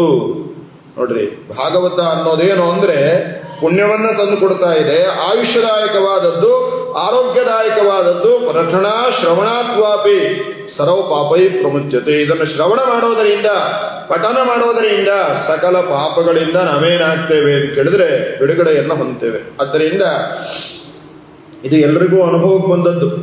ಯಾಕೆ ಅಂದ್ರೆ ಭಾಗವತವನ್ನ ನಾವು ಶ್ರವಣ ಮಾಡಿದಾಗ, ಈಗ ನಾವು ಹೇಳಲಿಕ್ಕೆ ಬರುವಾಗ ಪೂರ್ತಿ ಪೂಜೆ ಆಗಿರೋದಿಲ್ರಿ, ಆಗಲ್ಲ. ಆ ರೀತಿ ಪೂಜೆ ಬಹಳ ಗಡಿಬಿಡಿ ಮಾಡ್ಕೊಂಡು ಬಂದ್ರೆ ಮನಸ್ಸಿಗೆ ಸಮಾಧಾನ ಆಗುವುದಿಲ್ಲ. ಆದ್ದರಿಂದ ಏನು ಮಾಡುತ್ತೀವಿ, ಇವಾಗ ಬರುವಾಗ ನಿರ್ಮಾಲ್ಯಾಭಿಷೇಕ ಮಾಡ್ತೀವಿ. ನಿರ್ಮಾಲ್ಯಾಭಿಷೇಕ ಮಾಡಿ ವಾಪಸ್ಸು ಹೋದ ಮೇಲೆ ಏನು ಮಾಡ್ತೀವಿ, ಪೂರ್ತಿಯಾದ ಪೂಜೆಯನ್ನು ಮಾಡ್ತೀವಿ. ಸರಿ, ಹಾಗಾದ್ರೆ ಏನಾಯಿತು, ನಿನ್ನೆ ನೋಡ್ರಿ ಇಲ್ಲಿ ಮುಗಿಸ್ಕೊಂಡು ವಿಪ್ರಮಠದಲ್ಲಿ ಮುಗಿಸ್ಕೊಂಡು ಆಮೇಲೆ ಪ್ರಸನ್ನ ವೆಂಕಟದಾಸರ ಸನ್ನಿಧಾನದಲ್ಲಿ ನಿನ್ನೆ ಆ ದಾಸರ ಮೂರ್ತಿಯನ್ನು ಕುಡಿಸೋದಿತ್ತು. ಆ ಮೂರ್ತಿ ಕುಡಿಸಿದ್ದಾಗಿದೆ. ನಿನ್ನೆ ಧಾನ್ಯಾದಿವಾಸ ಮಾಡೋದಿತ್ತು. ಅದನ್ನೆಲ್ಲ ಮುಗಿಸಿ ಮನೆಗೆ ಹೋಗ್ಬೇಕಾದ್ರೆ 12:30 ಸ್ನಾನಕ್ಕೆ ನಿಂತರೆ ಕರೆಂಟ್ ಹೋಗಿತ್ತು. ಸ್ನಾನಕ್ಕೆ ನಿಂತರೆ ಕರೆಂಟ್ ಹೋಯಿತು. ಆಮೇಲೆ ಸ್ನಾನ ಆಗಿ ನೈವೇದ್ಯ ಹಸ್ತೋದಕ ಎಲ್ಲ ಆಗಿ ನಾವು ಊಟಕ್ಕೆ ಕೊಡಬೇಕಾದ್ರೆ 3 ಗಂಟೆ. ಸರಿನಾ? ಹಾಗಾಗಿ ಇದು ಪುಣ್ಯವನ್ನೂ ತಂದು ಕೊಡುತ್ತದೆ, ಆಯುಷ್ಯವನ್ನೂ ಕೊಡುತ್ತೆ, ಆರೋಗ್ಯವನ್ನು ಕೊಡುತ್ತೆ. ನಿನ್ನೆ 3 ಗಂಟೆ ಊಟ ಆಗಿದೆ ಅಂತ ಇವತ್ತೇ ನಾವು ಹಾಸಿ ಮಲ್ಕೊಂಡಿಲ್ಲ. ಯಾಕೆ? ಅದು ಭಾಗವತದ ಮಹಿಮೆ, ನಮ್ಮ ಮಹಿಮೆ ಅಲ್ಲ. ಇದನ್ನು ಹೇಳೋ ಉದ್ದೇಶ ಬೇರೆ ಏನೂ ಇಲ್ಲ. ಭಾಗವತದ ಮೇಲೆ ವಿಶ್ವಾಸ ಇದ್ದರೆ ನಮಗೆ ಯಾವ ರೋಗಗಳು ಕೂಡ ಏನಾಗುವುದಿಲ್ಲ ಅಂತ ಕೇಳಿದ್ರೆ ಆಯುಷ್ಯ ಆರೋಗ್ಯವರ್ಧನಂ ಎಂಬುದಾಗಿ ಹೇಳ್ತಾ ಇದ್ದಾರೆ ಎಂಬುದಾಗಿ ಹೇಳ್ತಾ ನಿನ್ನೆ ಹೇಳುವಾಗ ಜನ್ಮಾದ್ಯಸ್ಯ ಯತೋನ್ಮಯಾದಿತರತಶ್ಚರ್ತೆಷು ವಿಘ್ನೇಶ್ವರಾಟ್ ತೇನೇ ಬ್ರಹ್ಮ ಹೃದಯ ಆದಿ ಕವಯೇ ಮುಹ್ಯಂತಿ ಯಂ ಸೂರಯಃ ತೇಜೋ ವಾರಿ ಮೃದಾಂ ಯಥಾ ವಿನಿಮಯೋ ಯತ್ರ ತ್ರಿಸರ್ಗೋ ಮೃಷಾ ಧಾಮ್ನಾ ಸ್ವೇನ ಸದಾ ನಿರಸ್ತಕುಹಕಂ ಸತ್ಯಂ ಪರಂ ಧೀಮಹಿ ಎಂಬುದಾಗಿ ಭಗವಂತ ಜಗಜ್ಜನ್ಮಾದಿ ಕಾರಣ. ಅವನಲ್ಲೇ ಬೇರೆ ಯಾರೂ ಕೂಡ ಜಗಜ್ಜನ್ಮಾದಿ ಕಾರಣರಲ್ಲ. ಯಾಕೆಂದ್ರೆ ಲಕ್ಷ್ಮೀದೇವಿಯ ಸಾಮರ್ಥ್ಯ ಅಪಾರವಾಗಿದೆ, ಬ್ರಹ್ಮವಾಯುದೇವರ ಸಾಮರ್ಥ್ಯ ಅಪಾರವಾಗಿದೆ, ಗರುಡಶೇಷ ರುದ್ರಾದಿ ದೇವತೆಗಳ ಸಾಮರ್ಥ್ಯವೂ ಕಡಿಮೆಯಲ್ಲ, ಅವರದ್ದು ಅಪಾರವಾದ ಸಾಮರ್ಥ್ಯ ಇದೆ. ಹಾಗಾದರೆ ಇವರೆಲ್ಲ ಏನು ಅಂತ ಕೇಳಿದ್ರೆ ಸೃಷ್ಟಿಯಾದಿ ಕಾರ್ಯಗಳನ್ನ ಲಯಾದಿ ಕಾರ್ಯಗಳನ್ನ ಮಾಡುತ್ತಾರೆ.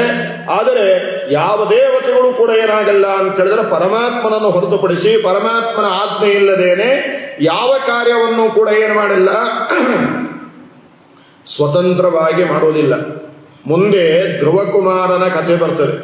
ಆ ಧ್ರುವಕುಮಾರನ ಕಥೆ ಬರುವಾಗ ಒಂದು ಸ್ವಾರಸ್ಯವನ್ನು ನಾವು ಅರ್ಥ ಮಾಡಿಕೊಳ್ಳಬೇಕು. ಏನು ಅಂತ ಕೇಳಿದ್ರೆ, ಧ್ರುವಕುಮಾರನ 6 ತಿಂಗಳ ತಪಸ್ಸಾದ ಮೇಲೆ ಭಗವಂತ ಎದುರಿಗೆ ಪ್ರತ್ಯಕ್ಷನಾದಾಗ ಏನಾಯಿತು ಅಂತ ಕೇಳಿದ್ರೆ, ಭಗವಂತ ಅವನಿಗೆ ದರ್ಶನ ಕೊಡೋದಕ್ಕೆ ಬಂದಿದ್ದಾನೆ, ಧ್ರುವ ಕಣ್ಣೇ ತೆಗಿತಾ ಇಲ್ಲ.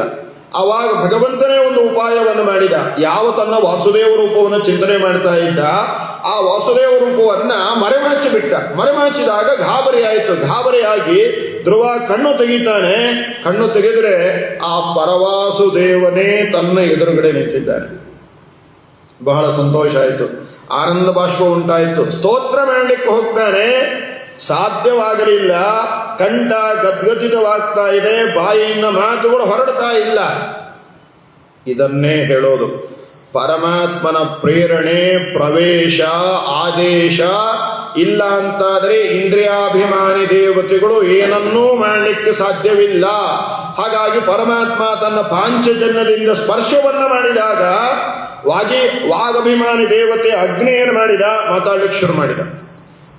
ವಾಗಭಿಮಾನಿ ದೇವತೆ ಯಾರು? ಅಗ್ನಿದೇವರು. ಮನೋಭಿಮಾನಿ ದೇವತೆಗಳು ಯಾರು? ಪಾರ್ವತಿ ಹಾಗೂ ಪರಶಿವರು. ಆದ್ದರಿಂದ ಇಂದ್ರಿಯಾಭಿಮಾನಿ ದೇವತೆಗಳು ಯಾವ ಕಾರ್ಯವನ್ನ ಮಾಡಬೇಕಾದ್ರೂ ಕೂಡ ಪ್ರಾಣದೇವರ ಪರಮಾತ್ಮನ ಪ್ರವೇಶ ಇಲ್ಲದೆ ಏನನ್ನೂ ಮಾಡೋದಕ್ಕೆ ಸಾಧ್ಯವಿಲ್ಲ. ಹಾಗಾಗಿ ಹೇಳ್ತಾರೆ, ಮನ ವಚನಕ್ಕೆ ಅತಿ ದೂರ ಅಂತ ಹೇಳ್ತಾರೆ.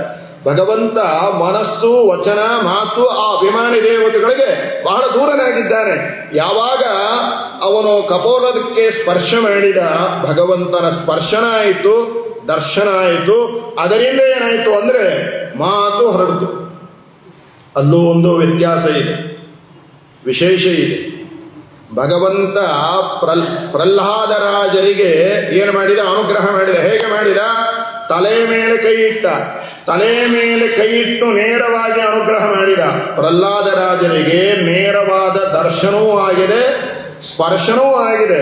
ಆದರೆ ಧ್ರುವಕುಮಾರನಿಗೆ ನೇರವಾದ ಸ್ಪರ್ಶನ ಆಗಿಲ್ಲ. ಅದನ್ನು ತಿಳ್ಕೊಡ್ರಿ, ಈ ವ್ಯತ್ಯಾಸ. ಪಾಂಚಜನ್ಯದ ಮೂಲಕವಾಗಿ ಅವನಿಗೆ ಸ್ಪರ್ಶ ಮಾಡಿದ್ದಾನೆ, ನೇರವಾಗಿ ಮುಟ್ಟಿಲ್ಲ ಅವನನ್ನ ದೇವರು.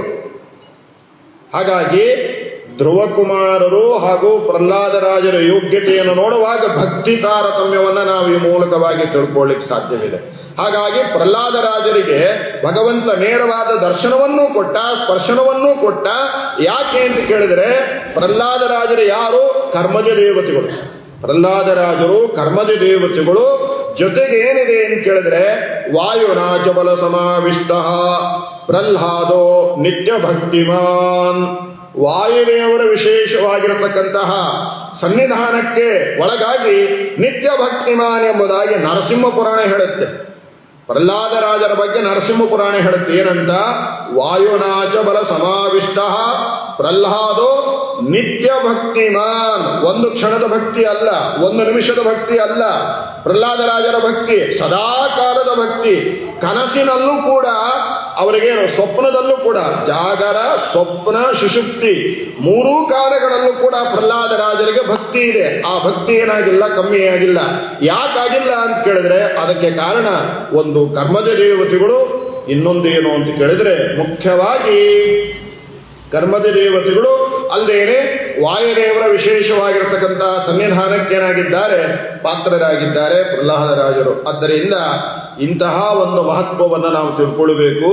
ಪರಮಾತ್ಮನ ಪ್ರವೇಶ ಇಲ್ಲದೇನೆ ಯಾರೋ ಏನನ್ನೋ ಮಾಡೋದಕ್ಕೆ ಸಾಧ್ಯವಿಲ್ಲ. ಆದ್ದರಿಂದ ಪರಮಾತ್ಮನೇ ಜಗಜ್ಜನ್ಮಾದಿ ಕಾರಣ, ಬೇರೆ ಯಾರೋ ಜಗಜ್ಜನ್ಮಾದಿ ಕಾರಣರು ಅಲ್ಲ ಅನ್ನುವಂತಹ ಸಂಗತಿಯನ್ನ ನಿನ್ನೆ ದಿವಸ ಒಂದು ಮುಖದಿಂದ ನೋಡಿದ್ದೇವೆ. ವಿಸ್ತಾರ ಅಂತ ನಮ್ಮ ಬುದ್ಧಿಯಿಂದ ಹೇಳಲಿಕ್ಕಾಗಲ್ಲ. ಅದಕ್ಕೆ ಭಾಗವತ ಹೇಳುವಾಗ ನಿನ್ನೆ ಒಂದು ಮಾತು ಹೇಳಿದೆ, ಜ್ಞಾನ ಇದೆ ಅನ್ನೋದಕ್ಕೋಸ್ಕರವಾಗಿ ಭಾಗವತ ಹೇಳೋದಲ್ಲ, ಜ್ಞಾನ ಇಲ್ಲವೂ ಇಲ್ಲ. ಹಾಗಾದರೆ ಜ್ಞಾನ ಇದೆ ಅನ್ನೋದಕ್ಕೋಸ್ಕರವಾಗಿ ಭಾಗವತ ಹೇಳೋದಲ್ಲ, ಜ್ಞಾನವನ್ನ ಪಡೆಯುವುದಕ್ಕೋಸ್ಕರವಾಗಿ ಭಾಗವತವನ್ನ ಹೇಳೋದು ಅಂತ. ಎಷ್ಟು ಸಲ ಭಾಗವತ ಹೇಳುತ್ತೇವೆ ಅಷ್ಟು ಸಲ ನಮಗೆ ಜ್ಞಾನವನ್ನ ಪಡೆಯೋದಕ್ಕೆ ಇದೊಂದು ಅವಕಾಶ ಆಗುತ್ತೆ. ನಾವು ಸುಮಾರು 30 ವರ್ಷಗಳಿಂದ ಭಾಗವತ ಹೇಳ್ತಾ ಇದ್ದೀವಿ, 30-40 ವರ್ಷಗಳಿಂದ. ಒಂದು ವಿಷಯ ಹೇಳಬೇಕು ಅಂದ್ರೆ 30-40 ವರ್ಷಗಳಿಂದ ಭಾಗವತ ಹೇಳ್ತಾ ಇದ್ರು ಕೂಡ ಇನ್ನೂ ಮಂಗಳಾಚರಣ ಶ್ಲೋಕ ನಮಗೆ ಪೂರ್ತಿಯಾಗಿ ಅರ್ಥ ಆಗಿಲ್ಲ. ಮಂಗಳಾಚರಣ ಶ್ಲೋಕವೇ ಇನ್ನೂ ಪೂರ್ತಿಯಾಗಿ ಅರ್ಥ ಆಗಿಲ್ಲ, ಆಗೋದೂ ಇಲ್ಲ. ಯಾಕೆ ಅಂದ್ರೆ ಅದು ಅಂತಹ ಸಮುದ್ರ, ಗುಣ ಸಮುದ್ರನಾದ ಪರಮಾತ್ಮನ ಮಹಿಮೆಯನ್ನ ಮಂಗಳ ಪದ್ಯ ಆ ರೀತಿಯಾಗಿ ನಿರೂಪಣೆಯನ್ನು ಮಾಡ್ತಾ ಇದೆ.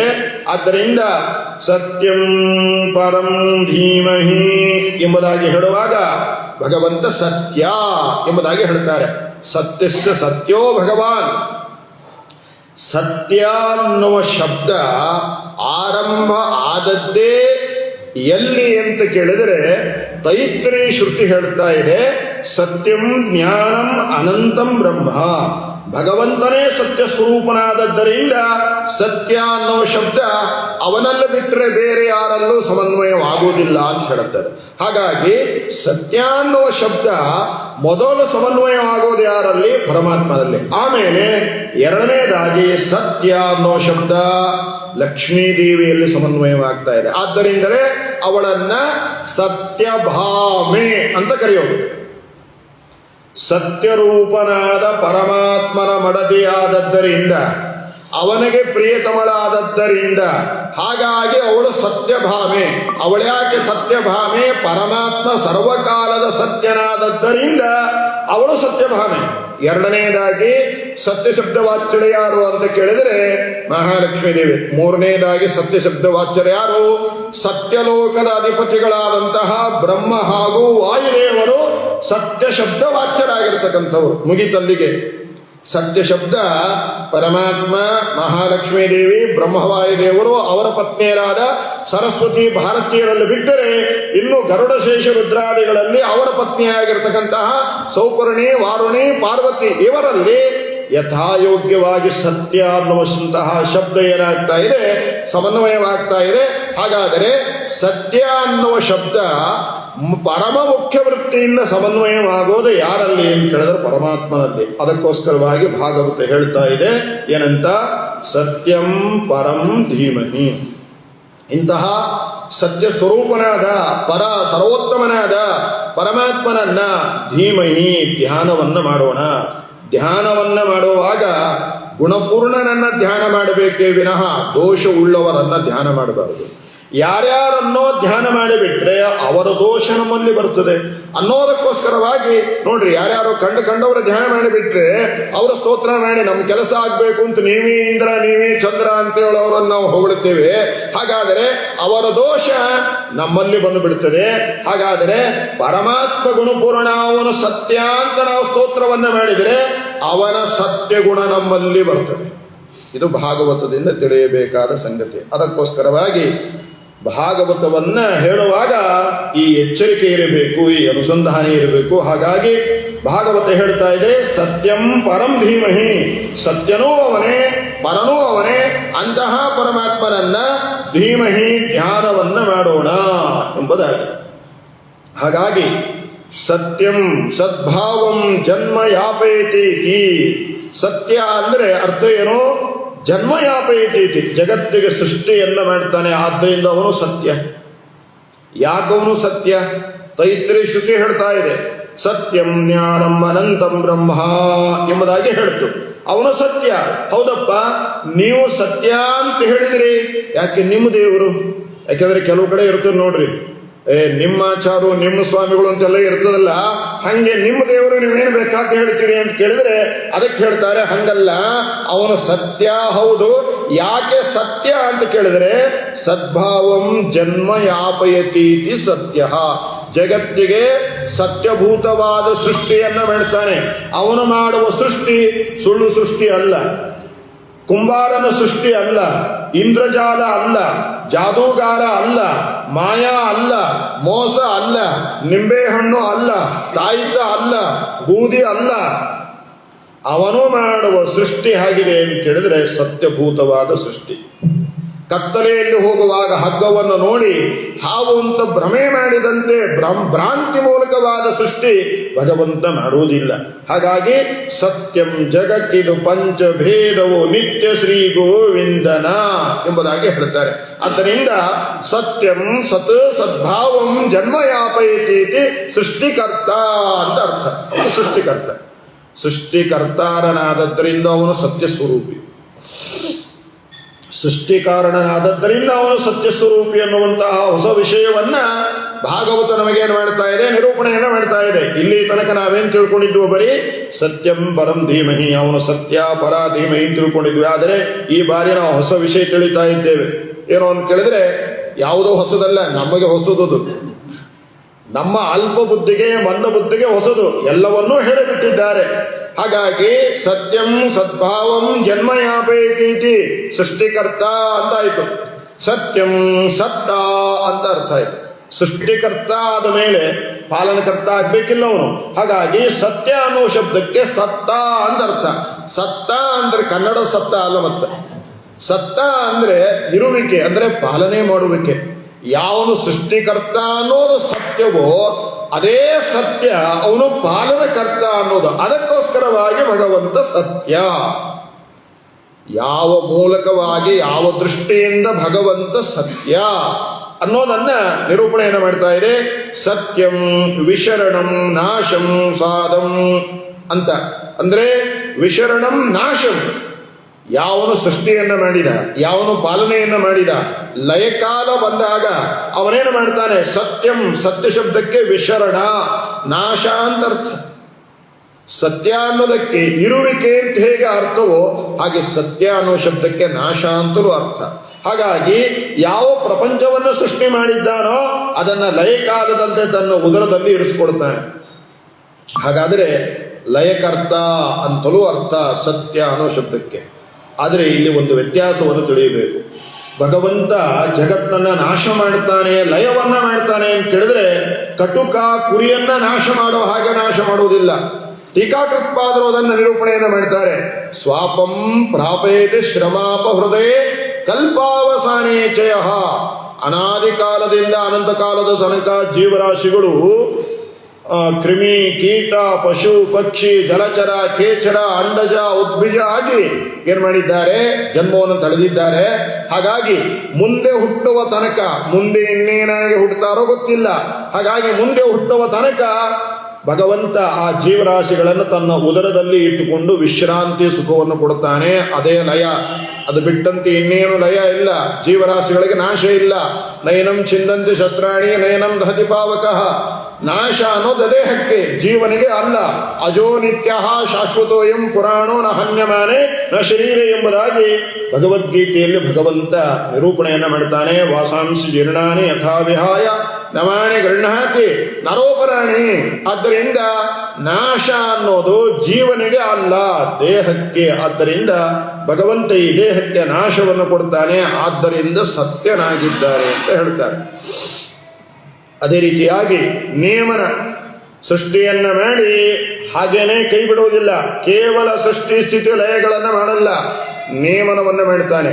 ನಮಗೆ ಯಾವ ಕಾಲದಲ್ಲಿ ಏನನ್ನು ಕೊಡಬೇಕು ಅಂತಹ ನಿಯಮನವನ್ನ ಭಗವಂತ ಮಾಡ್ತಾ ಇದ್ದಾನೆ. ನಿಯಮನ ಅಂದ್ರೇನು? ಯಾವಾಗ ಜ್ಞಾನ ಕೊಡಬೇಕು, ಯಾವಾಗ ಅಜ್ಞಾನ ಕೊಡಬೇಕು, ಯಾವಾಗ ಬಂಧ ಮೋಕ್ಷ ಏನನ್ನು ಕೊಡಬೇಕು, ಯಾವಾಗ ಬುದ್ಧಿಯನ್ನು ಕೊಡಬೇಕು, ಅದೆಲ್ಲವನ್ನೂ ಕೂಡ ಏನು ಮಾಡ್ತಾನೆ, ಭಗವಂತ ಕೊಡ್ತಾನೆ. ಅದನ್ನೇ ನಿಯಮನ ಅಂತ ಹೇಳ್ತಾರೆ. ನಿಯಮನ ಅಂತ ಹೇಳು. ಭಗವಂತ ಹಾಗೂ ದೇವತೆಗಳು ನಮ್ಮನ್ನ ರಕ್ಷಣೆ ಮಾಡ್ತಾರೆ. ಹೆಂಗೆ ರಕ್ಷಣೆ ಮಾಡ್ತಾರೆ ಎಂದು ನೋಡೇ ಇಲ್ಲಲ್ಲಪ್ಪ ನಾವು. ದೇವರು ರಕ್ಷಣೆ ಮಾಡೋದು, ದೇವತೆಗಳು ರಕ್ಷಣೆ ಮಾಡೋದು ನಾವು ನೋಡೇ ಇಲ್ಲಲ್ಲ. ಅಂತ ಕೇಳಿದ್ರೆ ಹಾಗಲ್ಲ. ಅದಕ್ಕೆ ಶಾಸ್ತ್ರ ಹೇಳ್ತಾ ಇದೆ, ನದೇವ ಯಷ್ಟಿಮಾದಾಯ ರಕ್ಷಂತಿ ಪಶುಪಾಲವತ್. ಯಾವ ರೀತಿ ದನ ಕಾಯುವ, ಕುರಿ ಕಾಯುವ ಕೈಯಲ್ಲಿ ಕೋಲು ಹಿಡ್ಕೊಂಡು ಹಲೆ ಅಂದ ಹಾಗೆ ದೇವತೆಗಳು ನಮ್ಮ ಹತ್ರ ಬಂದು ನಮ್ಮ ಮುಂದೆ ನಿಂತು ಕಾಪಾಡಲ್ಲ. ಹಾಗಾದ್ರೆ ಅವರು ಕಾಪಾಡೋದು ಅಂದ್ರೆ ಹೇಗೆ ಕಾಪಾಡ್ತಾರೆ, ಹೇಗೆ ರಕ್ಷಣೆ ಮಾಡ್ತಾರೆ ಅಂತ ಕೇಳಿದ್ರೆ, ಯಂ ರಕ್ಷಿತುಮಿಚ್ಛಂತಿ ಬುದ್ಧ ಸಂಯೋಜಯಂತಿ ತತ್. ಯಾವನನ್ನ ರಕ್ಷಣೆ ಮಾಡಬೇಕು ಅಂತಿರ್ತಾರೆ ಅವನಿಗೆ ಒಳ್ಳೆ ಬುದ್ಧಿಯನ್ನು ಕೊಡ್ತಾರೆ. ಇದು ಧರ್ಮ, ಇದು ಅಧರ್ಮ, ಇದು ಪುಣ್ಯ, ಇದು ಪಾಪ, ಇದು ಮಾಡಬೇಡ, ಸಿಕ್ಕಾಕೊಳ್ತೀಯ ನೀನು, ಇದನ್ನೇನು ಮಾಡಬೇಡ, ಇದು ನಿನಗೆ ಯೋಗ್ಯವಲ್ಲ, ಇದನ್ನು ಮಾಡಿದರೆ ನೀನು ಸಿಕ್ಕಾಕೊಳ್ತೀಯ, ನೀನು ತಪ್ಪಿ ಬೀಳುತ್ತೀಯ ಅಂತ ಏನು ಮಾಡ್ತಾರೆ ದೇವತೆಗಳು ನಮಗೆ ಏನು ಮಾಡ್ತಾರೆ, ರಕ್ಷಣೆಯನ್ನ ಮಾಡ್ತಾರೆ, ಆತ್ಮವಿಶ್ವಾಸವನ್ನು ಉಂಟು ಮಾಡ್ತಾರೆ, ಪಾಪದಿಂದ ನಮ್ಮನ್ನ ದೂರ ಮಾಡ್ತಾರೆ. ಅದನ್ನೇ ನಮ್ಮ ಮಧ್ವ ಸಿದ್ಧಾಂತದಲ್ಲಿ ಯಾವ ಇಂದ್ರಿಯ ಅಂತ ಹೇಳ್ತೇವೆ ಅಂದ್ರೆ ಸಾಕ್ಷಿ ಅನ್ನುವ ಇಂದ್ರಿಯ ಅಂತ ಹೇಳ್ತೇವೆ. ಯಾವ ಇಂದ್ರಿಯಗಳಿಗೂ ಮೋಸ ಮಾಡಬಹುದು, ಆದರೆ ಸಾಕ್ಷಿ ಇಂದ್ರಿಯಕ್ಕೆ ನಾವೇನು ಮಾಡ್ಲಿಕ್ಕಾಗೋದಿಲ್ಲ. ಮೋಸ ಮಾಡ್ಲಿಕ್ಕೆ ಅಣ್ಣ ತಮಗೆ ಮೋಸ ಮಾಡಬಹುದು, ಹೆಂಡತಿಗೆ ಮೋಸ ಮಾಡಬಹುದು, ಪಕ್ಕದವರಿಗೆ ಬೇರೆ ಯಾರಿಗೆ ಮೋಸ ಮಾಡಬಹುದು, ಆದರೆ ನಮ್ಮಲ್ಲಿ ಇರತಕ್ಕಂತಹ ಸಾಕ್ಷಿ ಇಂದ್ರಿಯಕ್ಕೆ ನಾವು ಮೋಸ ಮಾಡೋದಕ್ಕೆ ಸಾಧ್ಯವಿಲ್ಲ. ಹಾಗಾಗಿ ಭಗವಂತ ಇದನ್ನ ಮಾಡ್ತಾನೆ, ನಮ್ಮ ಸಾಕ್ಷಿ ಇಂದ್ರಿಯಕ್ಕೆ ಗೋಚರನಾಗಿ ನಮ್ಮ ಒಳಗಡೆ ನಿಂತೇನು ಮಾಡ್ತಾನೆ, ನೇಮನವನ್ನ ಮಾಡ್ತಾನೆ. ಬುದ್ಧಿಯ ಸಂಯೋಜಯಂತಿ ತತ್, ಬುದ್ಧಿಯನ್ನ ಕೊಡ್ತಾನೆ. ಬುದ್ಧಿದಾಯಕ ಯಾರು ಅಂತ ಕೇಳಿದ್ರೆ ಭಗವಂತ. ಅಂದ ಮೇಲೆ ನಮಗೆ ಗೊತ್ತಿಲ್ಲದೆ ಇರುವಂತೆ ಇಷ್ಟೆಲ್ಲ ಕೆಲಸವನ್ನ ಭಗವಂತ ನಮ್ಮ ದೇಹದಲ್ಲಿ ಮಾಡ್ತಾನೆ, ನೇಮವನ್ನ ಮಾಡ್ತಾನೆ. ಆದ್ದರಿಂದ ಭಗವಂತ ಸತ್ಯ ಶಬ್ದ ವಾಚ್ಯನಾಗಿದ್ದಾನೆ ಅನ್ನೋದನ್ನ ಸೃಷ್ಟಿ, ಸ್ಥಿತಿ, ಲಯ, ನೇಮನ, ಜ್ಞಾನ, ಅಜ್ಞಾನ, ಬಂಧ, ಮೋಕ್ಷ ಅನ್ನೋ ಎಲ್ಲವೂ ಕೂಡ ಸತ್ಯ ಅನ್ನೋ ಶಬ್ದದಲ್ಲಿ ಏನಾಗಿದೆ, ಅಡಕವಾಗಿದೆ ಎಂದು ಹೇಳ್ತಾರೆ. ಹಾಗಾಗಿ ಸತ್ಯಂ ಸತ್ ಗತಿಂ ಜ್ಞಾನದಾತ, ಜ್ಞಾನವನ್ನು ಕೊಡ್ತಾ ಇದ್ದಾನೆ. ಆಮೇಲೆ ಸತ್ಯಂ ಸಾಧಂ ನಾಶಂ ಸಂಸಾರಸ್ಯ ಮೂಲಂ ಅಜ್ಞಾನಂ ವ್ಯಾಪಯತಿ, ಸಂಸಾರಕ್ಕೆ ಮೂಲವಾದ ಅಜ್ಞಾನವನ್ನು ನಾಶ ಮಾಡ್ತಾನೆ, ಜ್ಞಾನವನ್ನು ಕೊಡ್ತಾನೆ. ಜ್ಞಾನಪ್ರದಸ್ಸ ಭಗವಾನ್ ಕಮಲಾವಿರಿಂಚಿ ಎಂಬುದಾಗಿ ತಾತ್ಪರ್ಯದಲ್ಲಿ ಹೇಳ್ತಾರೆ ಆಚಾರ್ಯರು. ಆದ್ದರಿಂದ ಯಾವಾಗ ಜ್ಞಾನವನ್ನು ಕೊಡಬೇಕು ಜ್ಞಾನವನ್ನು ಕೊಡ್ತಾನೆ. ಸತ್ವಗುಣಕ್ಕೆ ಉನ್ನಾಹ ಕಾಲ ಬಂದಾಗ ಭಕ್ತಿ ಜ್ಞಾನಗಳನ್ನು ಚೆನ್ನಾಗಿ ಕೊಟ್ಬಿಡ್ತಾನೆ. ಹೋಗ್ರಪ್ಪ 15 ದಿವಸ ಭಾಗವತಕ್ಕೋಗ್ರಿ ಅಂತ ಹೇಳಿ ಮಾಡ್ತಾನೆ. ಒಳ್ಳೆ ಭಕ್ತಿ ಜ್ಞಾನವನ್ನು ಪೂರ್ಣ ಪ್ರಮಾಣದಲ್ಲಿ ಕೊಟ್ಬಿಡ್ತಾನೆ. ಸರಿನಾ? ಇದೇನು ಅಂದ್ರೆ ಭಗವಂತ ಸತ್ವಗುಣಕ್ಕೆ ಉನ್ನಾಹ ಕಾಲ ಬಂದಾಗ ಭಕ್ತಿ ಹಾಗೂ ಜ್ಞಾನಗಳನ್ನ ಅಭಿವೃದ್ಧಿ ಮಾಡ್ತಾನೆ. ನಮ್ಮ ದೇಹದಲ್ಲಿ ಯಾವಾಗ ತಮೋಗುಣ ಉಂಟಾಗತ್ತೆ, ತಮೋಗುಣ ಪ್ರಾಚುರ್ಯವಾದಾಗ ನಾಸ್ತಿಕತನ ಕೊಟ್ಬಿಡ್ತಾನೆ. ಏನು ಬೇಡ, ಧರ್ಮ ಬೇಡ, ಸ್ನಾನ ಬೇಡ, ಪೂಜೆ ಬೇಡ, ಯಾವ ದೇವ ಕಾರ್ಯ ಪಿತೃ ಕಾರ್ಯ ಯಾವುದು ಬೇಡ ಅನ್ನುವಂತಹ ಯಾವುದನ್ನು ಕೊಡ್ತಾನೆ, ತಮೋಗುಣವನ್ನು ಕೊಡ್ತಾನೆ. ಹಾಗಾದ್ರೆ ನಾವು ದೇವರಲ್ಲಿ ಏನು ಬಿಡಬೇಕು, ತಮೋಗುಣ ಕೊಡಪ್ಪ, ಯಾಕಂದ್ರೆ ನಾವೇನು ದೇವತೆಗಳಲ್ಲ. ಹಾಗಾಗಿ ತಮೋಗುಣ ಕೊಡು, ಆದರೆ ತಮೋಗುಣ ಕೇವಲ 5% ಅಷ್ಟೇ ಕೊಡು, ಇನ್ನು 95% ಏನು ಮಾಡು, ಸಾತ್ವಿಕ ಗುಣವನ್ನೇ ಕೊಡುವಂತೆ ಏನು ಮಾಡಬೇಕು ಅಂದ್ರೆ ದೇವರಲ್ಲಿ ಪ್ರಾರ್ಥನೆಯನ್ನ ಮಾಡಬೇಕು.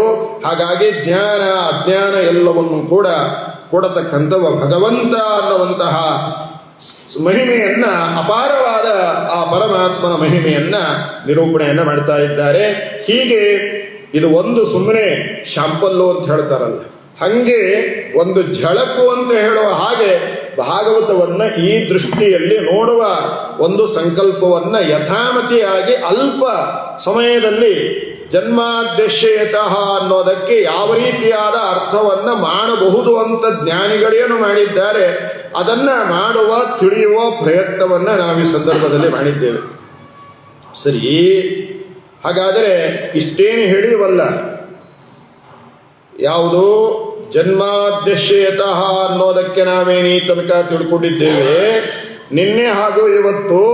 ಹಾಗಾದ್ರೆ ಜನ್ಮಾದ್ಯಶ್ಯತಃ ಅನ್ನೋ ಶ್ಲೋಕಕ್ಕೆ ಹೇಳೋದೆಲ್ಲ ಮುಗೀತೇನ್ರಿ ಆಚಾರ ಅಂತ ಕೇಳಿದ್ರೆ ಮುಗಿಯೋದಿಲ್ಲ. ಒಂದು ಜನ್ಮ ಅಲ್ಲ, 1000 ಜನ್ಮ ಹೇಳಿದ್ರು ಕೂಡ ಜನ್ಮಾದ್ಯಶ್ಯತಃ ಅನ್ನೋದನ್ನು ಹೇಳಿ ಮುಗಿಸೋದಕ್ಕೆ ಸಾಧ್ಯವಿಲ್ಲ. ಕೊನೆ ದಿವಸ, ಹುಣ್ಣಿಮೆ ದಿವಸ ಜನ್ಮಾದ್ಯಶ್ಯತಃ ಅನ್ನೋದಕ್ಕೆ ಇರುವ ಅನೇಕ ಬೇರೆ ಬೇರೆ ರೀತಿಯಾದ ಅರ್ಥಗಳನ್ನ ಮತ್ತೆ ತಿಳಿಯುವ ಪ್ರಯತ್ನವನ್ನ ಮಾಡೋಣ. ಇವಾಗ ಮತ್ತೆ ಮುಂದಿನ ಶ್ಲೋಕಕ್ಕೆ ಹೋಗೋಣ. ಯಾವುದು? ಧರ್ಮ ಪ್ರೋರ್ಜಿತ ಕೈತ ಉತ್ರ ಪರಮೋ ನಿರ್ಮತ್ಸರಣಂ ಸತಾಂ ವೇದ್ಯಂ ವಾಸ್ತವ ವಸ್ತು ಮತ್ರ ಶಿವದಂ ತಾಪತ್ರಯೋನ್ಮೂಲನಂ ಶ್ರೀಮದ್ ಭಾಗವತೆ ಮಹಾಮುನಿಕೃತೆ ಕಿಂ ವಾ ಪರೈರೀಶ್ವರ ಸದ್ಯೋ ಹೃದಯ ಅವರುದ್ಯ ದೇತ್ರ ಕೃತಿಭಿ ಶುಶ್ರೂಷಭಿಸ್ತಕ್ಷಣ ಎಂಬುದಾಗಿ ಹೇಳ್ತಾರೆ. ಭಾಗವತ ಅದರ ಮಹಿಮೆ ಇಷ್ಟೆಲ್ಲ ಹೇಳಿದರೆ ಸರಿ, ಆದರೆ ಭಾಗವತವನ್ನ ಯಾರು ಕೇಳಬೇಕು? ಅಯ್ಯೋ, ಯಾರು ಕೇಳಬೇಕು ಅಂದ್ರೆ ಇಷ್ಟೋ ತನಕ ಬೆಳತನಕ ರಾಮಾಯಣ ಹೇಳ ಮತ್ತೆ ರಾಮ ಸೀತೆ ಏನಾಗುವುದು ಅಂತ ಕೇಳದಂತೆ ಆಯ್ತಲ್ಲ ಅಂತಾಗತ್ತೆ. ಆದ್ದರಿಂದ ಭಾಗವತವನ್ನೇ ಯಾರು ಕೇಳಬೇಕು? ಯಾರಿಗೋಸ್ಕರವಾಗಿ ಭಾಗವತ ಹೊರಟಿದೆ?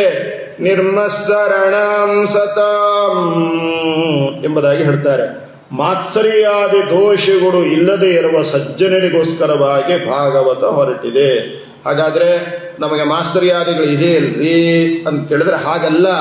ಭಾಗವತವನ್ನು ಶ್ರವಣ ಮಾಡ್ತಾ ಮಾಡ್ತಾ ಮಾಡ್ತಾ ನಮ್ಮಲ್ಲಿ ಇರತಕ್ಕಂತಹ ಕಾಮ, ಕ್ರೋಧ, ಲೋಭ, ಮೋಹ, ಮದ, ಮತ್ಸರ ಎಲ್ಲ ಏನಾಗತ್ತೆ? ಹೋದ ವರ್ಷಕ್ಕಿಂತ ಈ ವರ್ಷ ಕಮ್ಮಿ ಆಗತ್ತೆ, ಈ ವರ್ಷಕ್ಕಿಂತ ಮುಂದಿನ ವರ್ಷ ಕಮ್ಮಿ ಆಗತ್ತೆ.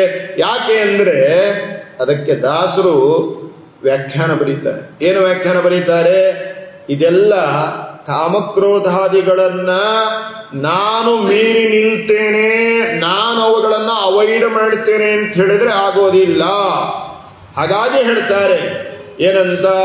ಆರು ತೆರೆಯ ನೋಡೋ ಅಂಬಿಗ, ಆರು ತೆರೆಯ ನೋಡೋ ಅಂಬಿಗ, ಅದ ಮೀರಿ ಬರುತ್ತಲಿದೆ ಅಂಬಿಗ. ನಾನು ಮೀರಬೇಕು ಅಂದ್ರೂ ಕೂಡ ಅದು ನನ್ನನ್ನೇ ಮೀರಿ ನನ್ನ ಮೇಲೆ ಸವಾರಿ ಮಾಡ್ತಾ ಇದೆ. ಯಾರಿಂದಲಾಗದೋ ಅಂಬಿಗ, ಅದ ನಿವಾರಿಸಿ ದಾಟಿಸೋ ಅಂಬಿಗ. ನನ್ನಿಂದ ಆಗಲ್ಲ, ಬೇರೆಯವರಿಂದ ಆಗಲ್ಲ. ಆ ಆರನ್ನ ಮೀರಿ ನಡೆಸೋದು ಯಾರು? ನೀನೇ. ಆರು ನಾನು ಅದನ್ನ ಮೆಟ್ಟಿ ನಿಂತರೂ ನನಗಿಂತ ವೇಗವಾಗಿ ಯಾವುದು ಬರುತ್ತದೆ? ಆರು ವೈರಿಗಳು, ಆರು ತೆರೆಗಳು ನನ್ನ ಜೊತೆಗೆ ಯಾವಾಗಲೂ ಬರ್ತಾರೆ. ಅದು ಮೀರಿ ಬರುತ್ತಲಿದೆ ಅಂಬಿಗ. ಆರಿಂದಲಾಗದು ಅಂಬಿಗ, ಬೇರೆ ಯಾರಿಂದಲೂ ಸಾಧ್ಯ ಇಲ್ಲಪ್ಪ. ನೀನೇ ನಿವಾರಿಸಿ ದಾಟಿಸೋ ಅಂಬಿಗ. ಯಾರು ಹೇಳಿದ್ರು ಇದನ್ನ? ಪುರಂದರದಾಸರು ಹೇಳಿದರು. ಯಾಕೆ ಹೇಳಿದರು? ಏನೋ ಪದ್ಯ ಬರೆದಾರ, 4,75,000 ಬರೆದಾರ, ಅದ್ರೊಳಗೆ ಇದು ಒಂದು. ಹಂಗಲ್ಲ. ಯಾಕೆ ಬರೆದ್ರು ಅಂದ್ರೆ ಅದು ಅವರದ್ದೇ ಕಥೆ. ಭಗವಂತ ಅವರ ಅವತಾರ ಕಾರ್ಯ. ಇನ್ನೂ ಅವತಾರ ಆಗಿ 40 ದಾಟಿತು, ಇನ್ನೂ ವೈರಾಗ್ಯದ ಲಕ್ಷಣ ಇಲ್ಲ, ಸುಳಿವಿಲ್ಲ. ಹಾಗಾಗಿ ಭಗವಂತ ಏನು ಮಾಡಿದ? ಆ ಸೀನಪ್ಪ ನಾಯಕನ ಮುಂದೆ ವೃದ್ಧ ಬ್ರಾಹ್ಮಣನಾಗಿ ಬಂದ. ಮಗನ ಮುಂಜುವೆ ಮಾಡ್ತೀನಿ ಅಂತ ಏನು ಮಾಡಿದ? ಹೇಳಿದ, ದುಡ್ಡು ಕೊಡು ಅಂತ. ಅಯ್ಯೋ, ಈ ಬ್ರಾಹ್ಮಣರು ಇವರಿಗೆ ಎಲ್ಲ ಎಲ್ಲಿ ದುಡ್ಡು ಕೊಡೋದು? ಇದೆಲ್ಲ ಅಲರ್ಜಿರಿ. ಹಾಗಾಗಿ ಕೊಡ್ಲಿಲ್ಲ. ಬ್ರಾಹ್ಮಣ ರೂಪಿಯಾದ ಶ್ರೀನಿವಾಸ ಇವನ ಅಂಗಡಿಗೆ ಅಲೆದ. ಎಷ್ಟು ದಿವಸ ಅಲೆದ? 6 ತಿಂಗಳ ಅಲೆದ. 6 ತಿಂಗಳ ಅಲೆದ. 6 ತಿಂಗಳ ಅಲೆದಾದ ಮೇಲೆ ಏನ್ ಮಾಡಿದ?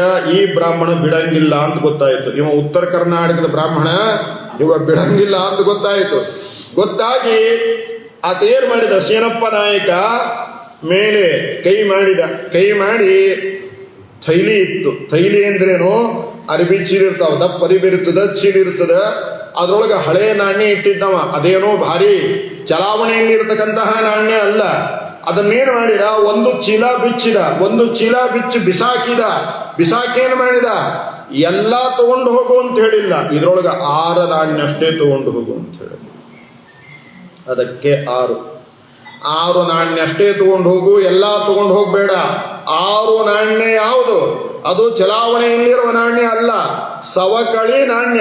ಹಾಗಾಗಿ ಈ ದೇಹ ಯಾವುದು ಅಂದ್ರೆ ಸವಕಳಿ ನಾಣ್ಯ ಇದ್ದ ಹಾಗೆ. ಸವಕಳಿ ನಾಣ್ಯದಲ್ಲಿ ಏನು ತುಂಬಿದೆ? 6 ತುಂಬಿಕೊಂಡಿದೆ. ಕಾಮಕ್ರೋಧಾದಿ 6 ತುಂಬಿಕೊಂಡಿದೆ.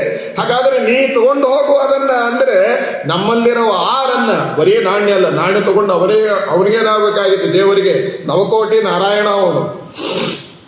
ಅಂದ ಮೇಲೆ ಈ 6 ತಗೊಂಡು ಹೋಗು ಅಂತ ಹೇಳಿದ್ರೆ ನಮ್ಮಲ್ಲಿ ಇರುವ ಸಾಧನೆಗೆ ತೊಡಕಾದ, ಮೋಕ್ಷಕ್ಕೆ ತೊಡಕಾದ ಈ ಆರನ್ನ ನೀನೇ ತಗೊಂಡು ಹೋಗುವಂತ. ಆದ್ದರಿಂದ ನಿರ್ಮತ್ಸರಾಣಾಂ ಸತಾಂ, ಭಾಗವತವನ್ನು ಶ್ರವಣ ಮಾಡೋದರಿಂದ ಈ ಆರು ಏನಾಗತ್ತೆ, ದೇವರು ಪರಿಹಾರ ಮಾಡುತ್ತಾನೆ. ಅದಕ್ಕೆ ಬಾರಪ್ಪ, ಭಾಗವತವನ್ನು ಶ್ರವಣ ಮಾಡು. ನಿರ್ಮತ್ಸರಾಣಾಂ ಸತಾಂ ವೇದ್ಯಂ ವಾಸ್ತವ ವಸ್ತು ಮಾತ್ರ ಶಿವದಂ. ಇದನ್ನು ಶ್ರವಣ ಮಾಡೋದರಿಂದ ಇನ್ನಿಲ್ಲದೆ ಇರುವ ಮಂಗಳ ಉಂಟಾಗತ್ತಪ್ಪ. ಪವಿತ್ರಾಣಾಂ ಪವಿತ್ರಮ್ಯೋ ಮಂಗಲಾನಾಂಚ ಮಂಗಲಂ. ಹಾಗಾಗಿ ಇದನ್ನು ಶ್ರವಣ ಮಾಡೋದೇ ಒಂದು ಮಂಗಳ. ಭಾಗವತ ಕೇಳುತ್ತೇನೆ ಅನ್ನೋದೇ ಮಂಗಳ. ಇವತ್ತು ನಾನು ಮಠಕ್ಕೆ ಹೋಗ್ತೇನೆ, ಭಾಗವತ ಕೇಳುತ್ತೇನೆ ಅಂತ ಮನೆಯಲ್ಲೇ ಕೂತ್ರು ಪುಣ್ಯ ಬರ್ತದೆ. ಅಲ್ರಿ, ಮಠಕ್ಕೆ ಹೋಗಿಲ್ಲ, ಹೆಂಗ ಪುಣ್ಯ ಬರ್ತದೆ? ಇಲ್ಲ, ನಾ ಇವತ್ತು ಭಾಗವತ ಕೇಳುತ್ತೇನೆ, ಹೋಗ್ತೀನಿ ಅಂತ ಅಕಸ್ಮಾತ್ ಹೋಗ್ಲಿಕ್ಕಾಗದೆ ಮನೆಯಲ್ಲೇ ಕೂತ್ರೇನೆ ಅವನಿಗೆ ಪುಣ್ಯ ಬರ್ತದೆ ಅಂದ ಮೇಲೆ ಇನ್ನು ಹೋಗಿ ಭಾಗವತ ಕೇಳಿದ್ರೆ ಇನ್ನಿಂತಹ ಪುಣ್ಯ ಬರೋದಕ್ಕಿಲ್ಲ ಅಂತ ಹೇಳ್ತಾರೆ. ಯಾಕೆ? ಏನೋ ಭಾಗವತ ಕೇಳಿಕ್ ಬರ್ರಿ ಅನ್ನಲಿಕ್ಕೆ ಮೆಚ್ಚಿಸ್ಲಿಕ್ಕೆ ಹೇಳ್ತೀವಿ ಅಂತ ತಿಳ್ಕೋಬೇಡ್ರಿ. ಯಾಕೆ? ಬೆಳಿಗ್ಗೆ ಹೇಳುವಾಗ ಏನು ಹೇಳ್ಬೇಕು ನಾವು? ಅಹಂ ಕಾಶೀಂ ಗಮಿಷ್ಯಾಮಿ ತತ್ರೇವ ನಿವಸಾಮ್ಯಹಂ ಇತಿ ಬ್ರುವಾಣ ಸತತಂ ಕಾಶೀವಾಸ ಫಲಂ ಲಭೇತ್ ಎಂಬುದಾಗಿ. ನಾನು ಇವತ್ತು ಕಾಶಿಗೆ ಹೋಗ್ತೇನೆ, ಅಲ್ಲಿ ಇರುತ್ತೇನೆ, ಅಲ್ಲೇ ಸ್ನಾನವನ್ನು ಮಾಡ್ತೇನೆ, ಅಲ್ಲೇ ವಾಸ ಮಾಡ್ತೇನೆ ಅಂತ ಬಾಯಿಂದ ಹೇಳಿದ್ರೆ ಸಾಕು. ಏನು ಬರ್ತದೆ? ಕಾಶೀವಾಸ ಫಲಂ ಲಭೇ. ಕಾಶಿವಾಸವನ್ನ ಮಾಡಿದ ಫಲ ಏನಾಗ್ತಾ ಇದೆ? ಬರ್ತಾ ಇದೆ. ಡಾಕ್ಟರ್ ಏನ್ ಹೇಳಿದ್ರು? ನಿಮ್ಮ ಹಣೆ ಬರಹ 50 ದಾಟ್ಯದ, ವಾಕಿಂಗ್ ಹೋಗ್ರಿ ಅಂತ ಹೇಳಿದ್ರು. ಹೌದಲ್ಲೋ? 50 ದಾಟ್ಯದ, ಸಾಯಿರಿ, ವಾಕಿಂಗ್ ಹೋಗಿ ಸಾಯಿರಿ ಅಂತ ಹೇಳಿದ್ರು. ಆದರೆ ನಮ್ಮ ದಾಸರೇನು ಹೇಳಿದ್ರು? ವಾಕಿಂಗ್ ಹೋಗ್ತೀಯಲ್ಲಪ್ಪ, ನಡೆಯೋದನ್ನೇ ಏನು ಅಂತ ತಿಳ್ಕೋ, ದೇವರ ಯಾತ್ರೆ ಪ್ರದಕ್ಷಿಣೆ ಅಂತ ತಿಳ್ಕೋ. ಆ ನಡೆಯುವಿಕೆಗೆ, ಹೆಜ್ಜೆ ಇಡೋದಕ್ಕೆ ಭಕ್ತಿ ಸೇರಿದರೆ ಅದೇ ಪಾವನವಾದ ಯಾತ್ರೆ ಆಯಿತು. ಮಾಡುವ ಸ್ನಾನಕ್ಕೆ ಭಕ್ತಿ ಸೇರಿದರೆ ಅದೇ ತೀರ್ಥ ಸ್ನಾನ ಆಯಿತು. ಮಾಡುವ ಊಟಕ್ಕೆ ಭಕ್ತಿ ಸೇರಿದರೆ ಪ್ರಸಾದ ಆಯಿತು. ಮಾಡುವ ನಮ್ಮ ಜೀವನಕ್ಕೆ ಭಗವಂತನ ಜ್ಞಾನ ಸೇರಿಬಿಟ್ಟರೆ ಆ ಧರ್ಮ ಏನಾಯಿತು? ಆ ಜೀವನ ಏನಾಯಿತು? ಧರ್ಮಮಯವಾದ ಜೀವನ ಆಯಿತು. ಆದ್ದರಿಂದ ಭಾಗವತವನ್ನು ಕೇಳೋದರಿಂದ ಏನಾಗುತ್ತೆ ಅಂತ ಕೇಳಿದರೆ ತಾಪತ್ರಯೋನ್ಮೂಲನಂ, 3 ಪರಿಹಾರ ಆಗಿಬಿಡುತ್ತೆ. ಯಾವುದು? ತಾಪತ್ರಯ, ಆದಿದೈವಿಕ, ಆದಿಭೌತಿಕ, ಆಧ್ಯಾತ್ಮಿಕ, ಅದು ಪರಿಹಾರ ಆಗತ್ತೆ. ಅರ್ಥ ಆಗಲಿಲ್ರಿ. ಆದಿದೈವಿಕ, ಆದಿಭೌತಿಕ, ಆಧ್ಯಾತ್ಮಿಕ ತಾಪತ್ರಗಳು ಪರಿಹಾರವಾಗ್ತವೆ, ಅರ್ಥ ಆಗಲಿಲ್ಲ. ಅದಕ್ಕೆ ಅರ್ಥ ಆಗುವಾಗೆ ಹೇಳುತ್ತಾರೆ, ಯಾವ 3 ಪರಿಹಾರ ಆಗತ್ತೆ? ಪಾಪ, ತಾಪ, ಶಾಪ. 3 ಯಾವಾಗಲೂ ನಮ್ಮ ಜೊತೆಗೇನೆ ಇರ್ತದೆ. ಪಾಪ, ನಾವು ಪಾಪ ಮಾಡ್ತಾನೇ ಹೇಳ್ತೀವಿ. ಯಾಕೆ? ಸೂರ್ಯೋದಯಕ್ಕಿಂತ ಮುಂಚೆ ಎದ್ರೆ ಪಾಪ ಇಲ್ಲ, ಸೂರ್ಯೋದಯ ಆದ ಮೇಲಿದ್ರೆ ಸೂರ್ಯನ ಶಾಪದಿಂದಲೇ ಹೇಳೋದು. ಇದು ಒಂದು ಅಷ್ಟೇ. ಇಂಥವು ಬೇಕಾದಷ್ಟು ಮಾಡ್ತೀವಿ ನಾವು. ಆಚಾರ್ಯರು ಹೇಳ್ತಾರೆ, ನಾವೆಷ್ಟು ಪಾಪ ಮಾಡ್ತೀವಿ ಅಂದ್ರೆ, ಒಂದು ದಿವಸಕ್ಕೆ 100 ಜನ್ಮವನ್ನ ಎತ್ತಬಹುದಾದ ಪಾಪವನ್ನ ನಾವು ಮಾಡ್ತೇವೆ. ಗತಿ ಏನು ಹಂಗಂದ್ರೆ? ಎಲ್ಲ ನರಕಕ್ಕೇನೋ ಹೋಗಕ್ಕೆ, ಯಾರು ದೇವಲೋಕಕ್ಕೆ ಹೋಗ್ಲಿಕ್ಕೆ ಸಾಧ್ಯನೇ ಇಲ್ಲ. ಹಾಗಾದರೆ ಪರಮಾತ್ಮ ಕರುಣಾ ಸಮುದ್ರ, ಭಾಗವತ, ಮಹಾಭಾರತ, ರಾಮಾಯಣ ಮೊದಲಾದ ಗ್ರಂಥಗಳನ್ನು ಶ್ರವಣ ಮಾಡಿ, ಅವನ ನಾಮಸ್ಮರಣೆಯನ್ನು ಮಾಡಿ, ಜಪವನ್ನ ಮಾಡಿ, ಎಲ್ಲಾ ಪಾಪಗಳನ್ನು ಪರಿಹಾರ ಮಾಡೋದಕ್ಕೆ ಭಗವಂತೇನು ಮಾಡಿದ್ದಾನೆ? ವ್ಯವಸ್ಥೆಯನ್ನ ಮಾಡಿದ್ದಾನೆ. ಅದಕ್ಕೋಸ್ಕರವಾಗಿ ತಾಪತ್ರಯೋನ್ಮೂಲನಂ, ಭಗವಂತ ನಮ್ಮ 3 ಪರಿಹಾರ ಮಾಡುತ್ತಾನೆ. ಮೊದಲೇದ್ದು ಪಾಪ. ಅನಾದಿ ಕಾಲದಿಂದ ಪಾಪ ಏನಾಗಿದೆ ಅಂತ ಕೇಳಿದ್ರೆ ಅಂಟಿಕೊಂಡಿದೆ. ಹಾಗಾಗಿ ಕವಿದುಕೊಂಡು ಇರುವ ಪಾಪ ಸವೆದು ಹೋಗುವಂತೆ ಮಾಡು, ಜವನ ಬಾಧೆ ಬಿಡಿಸು ಇನ್ನು ಮಾಧವ. ನೋಡಿ, ಆ ಪಾಪ ಹೊಗೆ ಹಾಗೆ ಕವಿದುಕೊಂಡಿರುತ್ತದೆ, ಹಾಗೆ ನಮ್ಮ ದೇಹದಲ್ಲಿ ಅಪಾದ ಮೋಳಿ ಪರ್ಯಂತರವಾಗಿ ಪಾಪ ಏನಾಗಿದೆ? ತುಂಬಿಕೊಂಡಿದೆ. ಹಾಗಾಗಿ ಆ ಪಾಪ ಪರಿಹಾರ ಆಗಬೇಕಾದರೆ ಭಾಗವತವನ್ನು ಶ್ರವಣ ಮಾಡಬೇಕು. ಪಾಪ, ತಾಪ, ತಾಪ ಒಳಗೂ ಇದೆ, ಹೊರಗೂ ಇದೆ. ಎಷ್ಟು ತಾಪ ಇದೆ ನೋಡ್ರಿ ಇವಾಗ. ಹಾಗಾಗಿ ಮೊನ್ನೆ ಮುಂಬೈಗೆ ಹೋಗಿದ್ವಿ, ಏನು ತಾಪ ರೀ, ಅಯ್ಯೋ ಬಿಡ್ಲಿಕ್ಕೆ ಸಾಧ್ಯ ಇಲ್ಲ. ಅಂತಹ ಉಡುಪಿಗೆ ಮುಂಬೈಗೆ ಹೋಗ್ಬಿಟ್ರೆ ಮುಗಿದೋಯ್ತು. ತಾಪ ಹೇಳಕ್ಕೆ ಸಾಧ್ಯ ಇಲ್ಲ. ಹಾಗಾಗಿ ಪಾಪ, ತಾಪ, ಶಾಪ. ಆ ಶಾಪ ಹೇಗಿದೆ, ಯಾವ ರೀತಿಯಾಗಿದೆ? ನಾವು ಮಾಡಬೇಕಾದದ್ದನ್ನ ಮಾಡಿದಾಗ ತಾಪವೂ ಪರಿಹಾರವಾಗುತ್ತೆ, ಪಾಪವೂ ಪರಿಹಾರ ಆಗುತ್ತೆ. ಮಾಡಬಾರದನ್ನ ಮಾಡಿದರೆ ಶಾಪ ಯಾವಾಗಲೂ ಕೂಡ ನಮ್ಮ ಹಿಂದೆ ಜೊತೆಗೇನೆ ಯಾವಾಗಲೂ ಇರುತ್ತದೆ. ಆದ್ದರಿಂದ ತಾಪತ್ರಯೋನ್ಮೂಲನಂ, ಈ ತಾಪತ್ರಯಗಳು ಪರಿಹಾರವಾಗ್ತಾ ಇದ್ದಾವೆ ಭಾಗವತವನ್ನ ಶ್ರವಣ ಮಾಡುವುದರಿಂದ. ಆದ್ದರಿಂದ ಶ್ರೀಮದ್ಭಾಗವತೆ ಮಹಾಮುನಿಕೃತೆ ಕಿಂವಾ ಪರೇರೀಶ್ವರ ಎಂಬುದಾಗಿ ಹೇಳ್ತಾರೆ. ಈ ಭಾಗವತವನ್ನ ಕೇಳೋದರಿಂದ ಇಷ್ಟೆಲ್ಲ ಪ್ರಯೋಜನ ಇದೆಯಪ್ಪ, ಇಷ್ಟೆಲ್ಲ ಒಳ್ಳೆಯ ಉದ್ದೇಶ ಇದೆ. ಪಾಪ ತಾಪ ಇದೆಲ್ಲ ಏನಾಗುತ್ತೆ? ಪರಿಹಾರವಾಗುತ್ತೆ. ಶಿವದಂ ಮಂಗಳದಾಯಕವಾದದ್ದು, ಜನ್ಮ ಜನ್ಮಾಂತರದ ಪಾಪ ಎಲ್ಲ ಪರಿಹಾರ ಆಗುತ್ತೆ. ಹೌದು, ಯಾಕೆ ಪರಿಹಾರವಾಗ್ತಾ ಇದೆ? ಏನಂತ ಮಹಿಮೆ ಇದೆ ಇದರಲ್ಲಿ? ಯಾಕೆ ಪರಿಹಾರವಾಗ್ತದೆ ಅಂತ ಹೇಳಿದ್ರೆ ಅದಕ್ಕೆ ಹೇಳ್ತಾರೆ, ಇದು ಯಾರಿಂದ ರಚಿತವಾದದ್ದು? ಶ್ರೀಮದ್ ಭಾಗವತೆ ಮಹಾಮುನಿಕೃತೆ, ಮಹಾಮುನಿಗಳಾದ ವೇದವ್ಯಾಸರಿಂದ ರಚನೆಯಾದದ್ದು. ಇದ್ಯಾರೋ ದಂಡಿ, ಬಾಣ, ಭಾಸ್ಕರ, ಕಾಳಿದಾಸ, ಬಹುಭೂತಿ ಅನ್ನುವಂತಹ ಕವಿಗಳಿಂದ ರಚಿತವಾದದ್ದಲ್ಲ. ಮಹಾಮುನಿಕೃತೆ, ಮಹಾಮುನಿಗಳಾದ ವೇದವ್ಯಾಸರು ರಚನೆ ಮಾಡಿದ್ದರಿಂದ ಇದನ್ನ ಕೇಳೋದರಿಂದ ಇಂತಹ ಮಹಿಮೆ ಭಾಗವತಕ್ಕೆ ಇದೆ. ಯಾಕ್ರಿ ಮಹಾಮುನಿ ಅಂತ ಯಾಕೆ ಹೇಳ್ತಿರೋರಲ್ಲ? ಮತ್ತು ಅವರನ್ನು ಹೇಳಿದ್ರೆ ಇನ್ಯಾರನ್ನು ಹೇಳಬೇಕು? ಯಾಕೆ ಅಂದ್ರೆ ವೇದವ್ಯಾಸರನ್ನ ಕೆಲವರೇನು ಮಾಡಿದ್ರು? ಕಶ್ಚನ ಋಷಿ ಅಂತ ಮಾಡಿಬಿಟ್ರು. ಇವರು 10ರಲ್ಲಿ 11 ಅನ್ನುವಂತಹ ಋಷಿಗಳು ಅಂತ ಕೆಲವರು ಮಾಡಿ ಕೂಡಿಸಿದ್ರು ವೇದವ್ಯಾಸರನ್ನ. ಇನ್ ಕೆಲವರೇನು ಮಾಡಿದ್ರು? ವೇದವ್ಯಾಸ ಕಶ್ಚನ ಋಷಿ ಅಂತ ಮಾಡಿದ್ರು. ಇನ್ ಕೆಲವರು ವೇದವ್ಯಾಸರ ಜೊತೆಗೆ ಜಗಳಕ್ಕೆ ಹೋದ್ರು. ಇನ್ ಕೆಲವರು ವೇದವ್ಯಾಸ ಅಪಾಂತಮ ಋಷಿ ಅಂತ ಮಾಡಿದ್ರು. ಇನ್ ಕೆಲವರು ವೇದವ್ಯಾಸರಲ್ಲಿ ಏನ್ ಮಾಡಿದ್ರು? ದೋಷವನ್ನ ಆರೋಪಣೆಯನ್ನ ಮಾಡಿದ್ರು. ವೇದವ್ಯಾಸರನ್ನೂ ಒಪ್ಪಲಿಲ್ಲ, ವೇದವ್ಯಾಸರ ಗ್ರಂಥಗಳನ್ನೂ ಒಪ್ಪಲಿಲ್ಲ ಕೆಲವರು. ಆದರೆ ಶ್ರೀಮದಾಚಾರ್ಯರು ಮಾತ್ರ ವೇದವ್ಯಾಸರೂ ಪ್ರಮಾಣ, ವೇದವ್ಯಾಸರ ಗ್ರಂಥಗಳೂ ಪ್ರಮಾಣ ಅಂತ ಏನ್ ಮಾಡ್ತಾರೆ? ಪ್ರಮಿತವಾಗಿ ನಿರೂಪಣೆಯನ್ನ ಮಾಡ್ತಾರೆ. ಆದ್ದರಿಂದಲೇ ವಾದಿರಾಜ ಸ್ವಾಮಿಗಳು ಹೇಳ್ತಾರೆ, ಮಧ್ವಾಂತರ್ಗತ ವೇದವ್ಯಾಸ ಕಾಯೋ ಶುದ್ಧ ಮೂರುತಿಯೇ ಸರ್ವೇಶ ಅಂತ. ಮಧ್ವಾಂತರ್ಗತರಾದ ವೇದವ್ಯಾಸರು ಅಂದರೆ ಅಲ್ಲಿ ಶುದ್ಧವಾದ ಮೂರ್ತಿ, ಅಲ್ಲಿ ಅಜ್ಞಾನ ಇಲ್ಲ, ಅಲ್ಲಿ ದೋಷ ಇಲ್ಲ. ಹಾಗಾಗಿ ಮಹಾಮುನಿಕೃತೆ, ಮಹಾಮುನಿಗಳಾದ ವೇದವ್ಯಾಸರಿಂದ ರಚಿತವಾದದ್ದು ಅನ್ನೋದು ವಿಶೇಷ, ಅನ್ನೋದು ಮಹತ್ವ, ಅನ್ನೋದು ವೈಶಿಷ್ಟ್ಯ. ಮಹಾಮುನಿಕೃತೆ, ಮಹಾಮುನಿಗಳು ಯಾರು? ನಾರದರು ಬಂದರು, ವೇದವ್ಯಾಸರೇ ಇಷ್ಟೆಲ್ಲ ಗ್ರಂಥ ರಚನೆ ಮಾಡಿರಿ, ನಾರಾಯಣ ರೂಪದಿಂದ, ಹಯಗ್ರೀವ ರೂಪದಿಂದ, ವೇದವ್ಯಾಸ ರೂಪದಿಂದ ಇಷ್ಟೆಲ್ಲ ಗ್ರಂಥ ರಚನೆ ಮಾಡಿರಿ. ಓದೋರು ಯಾರು?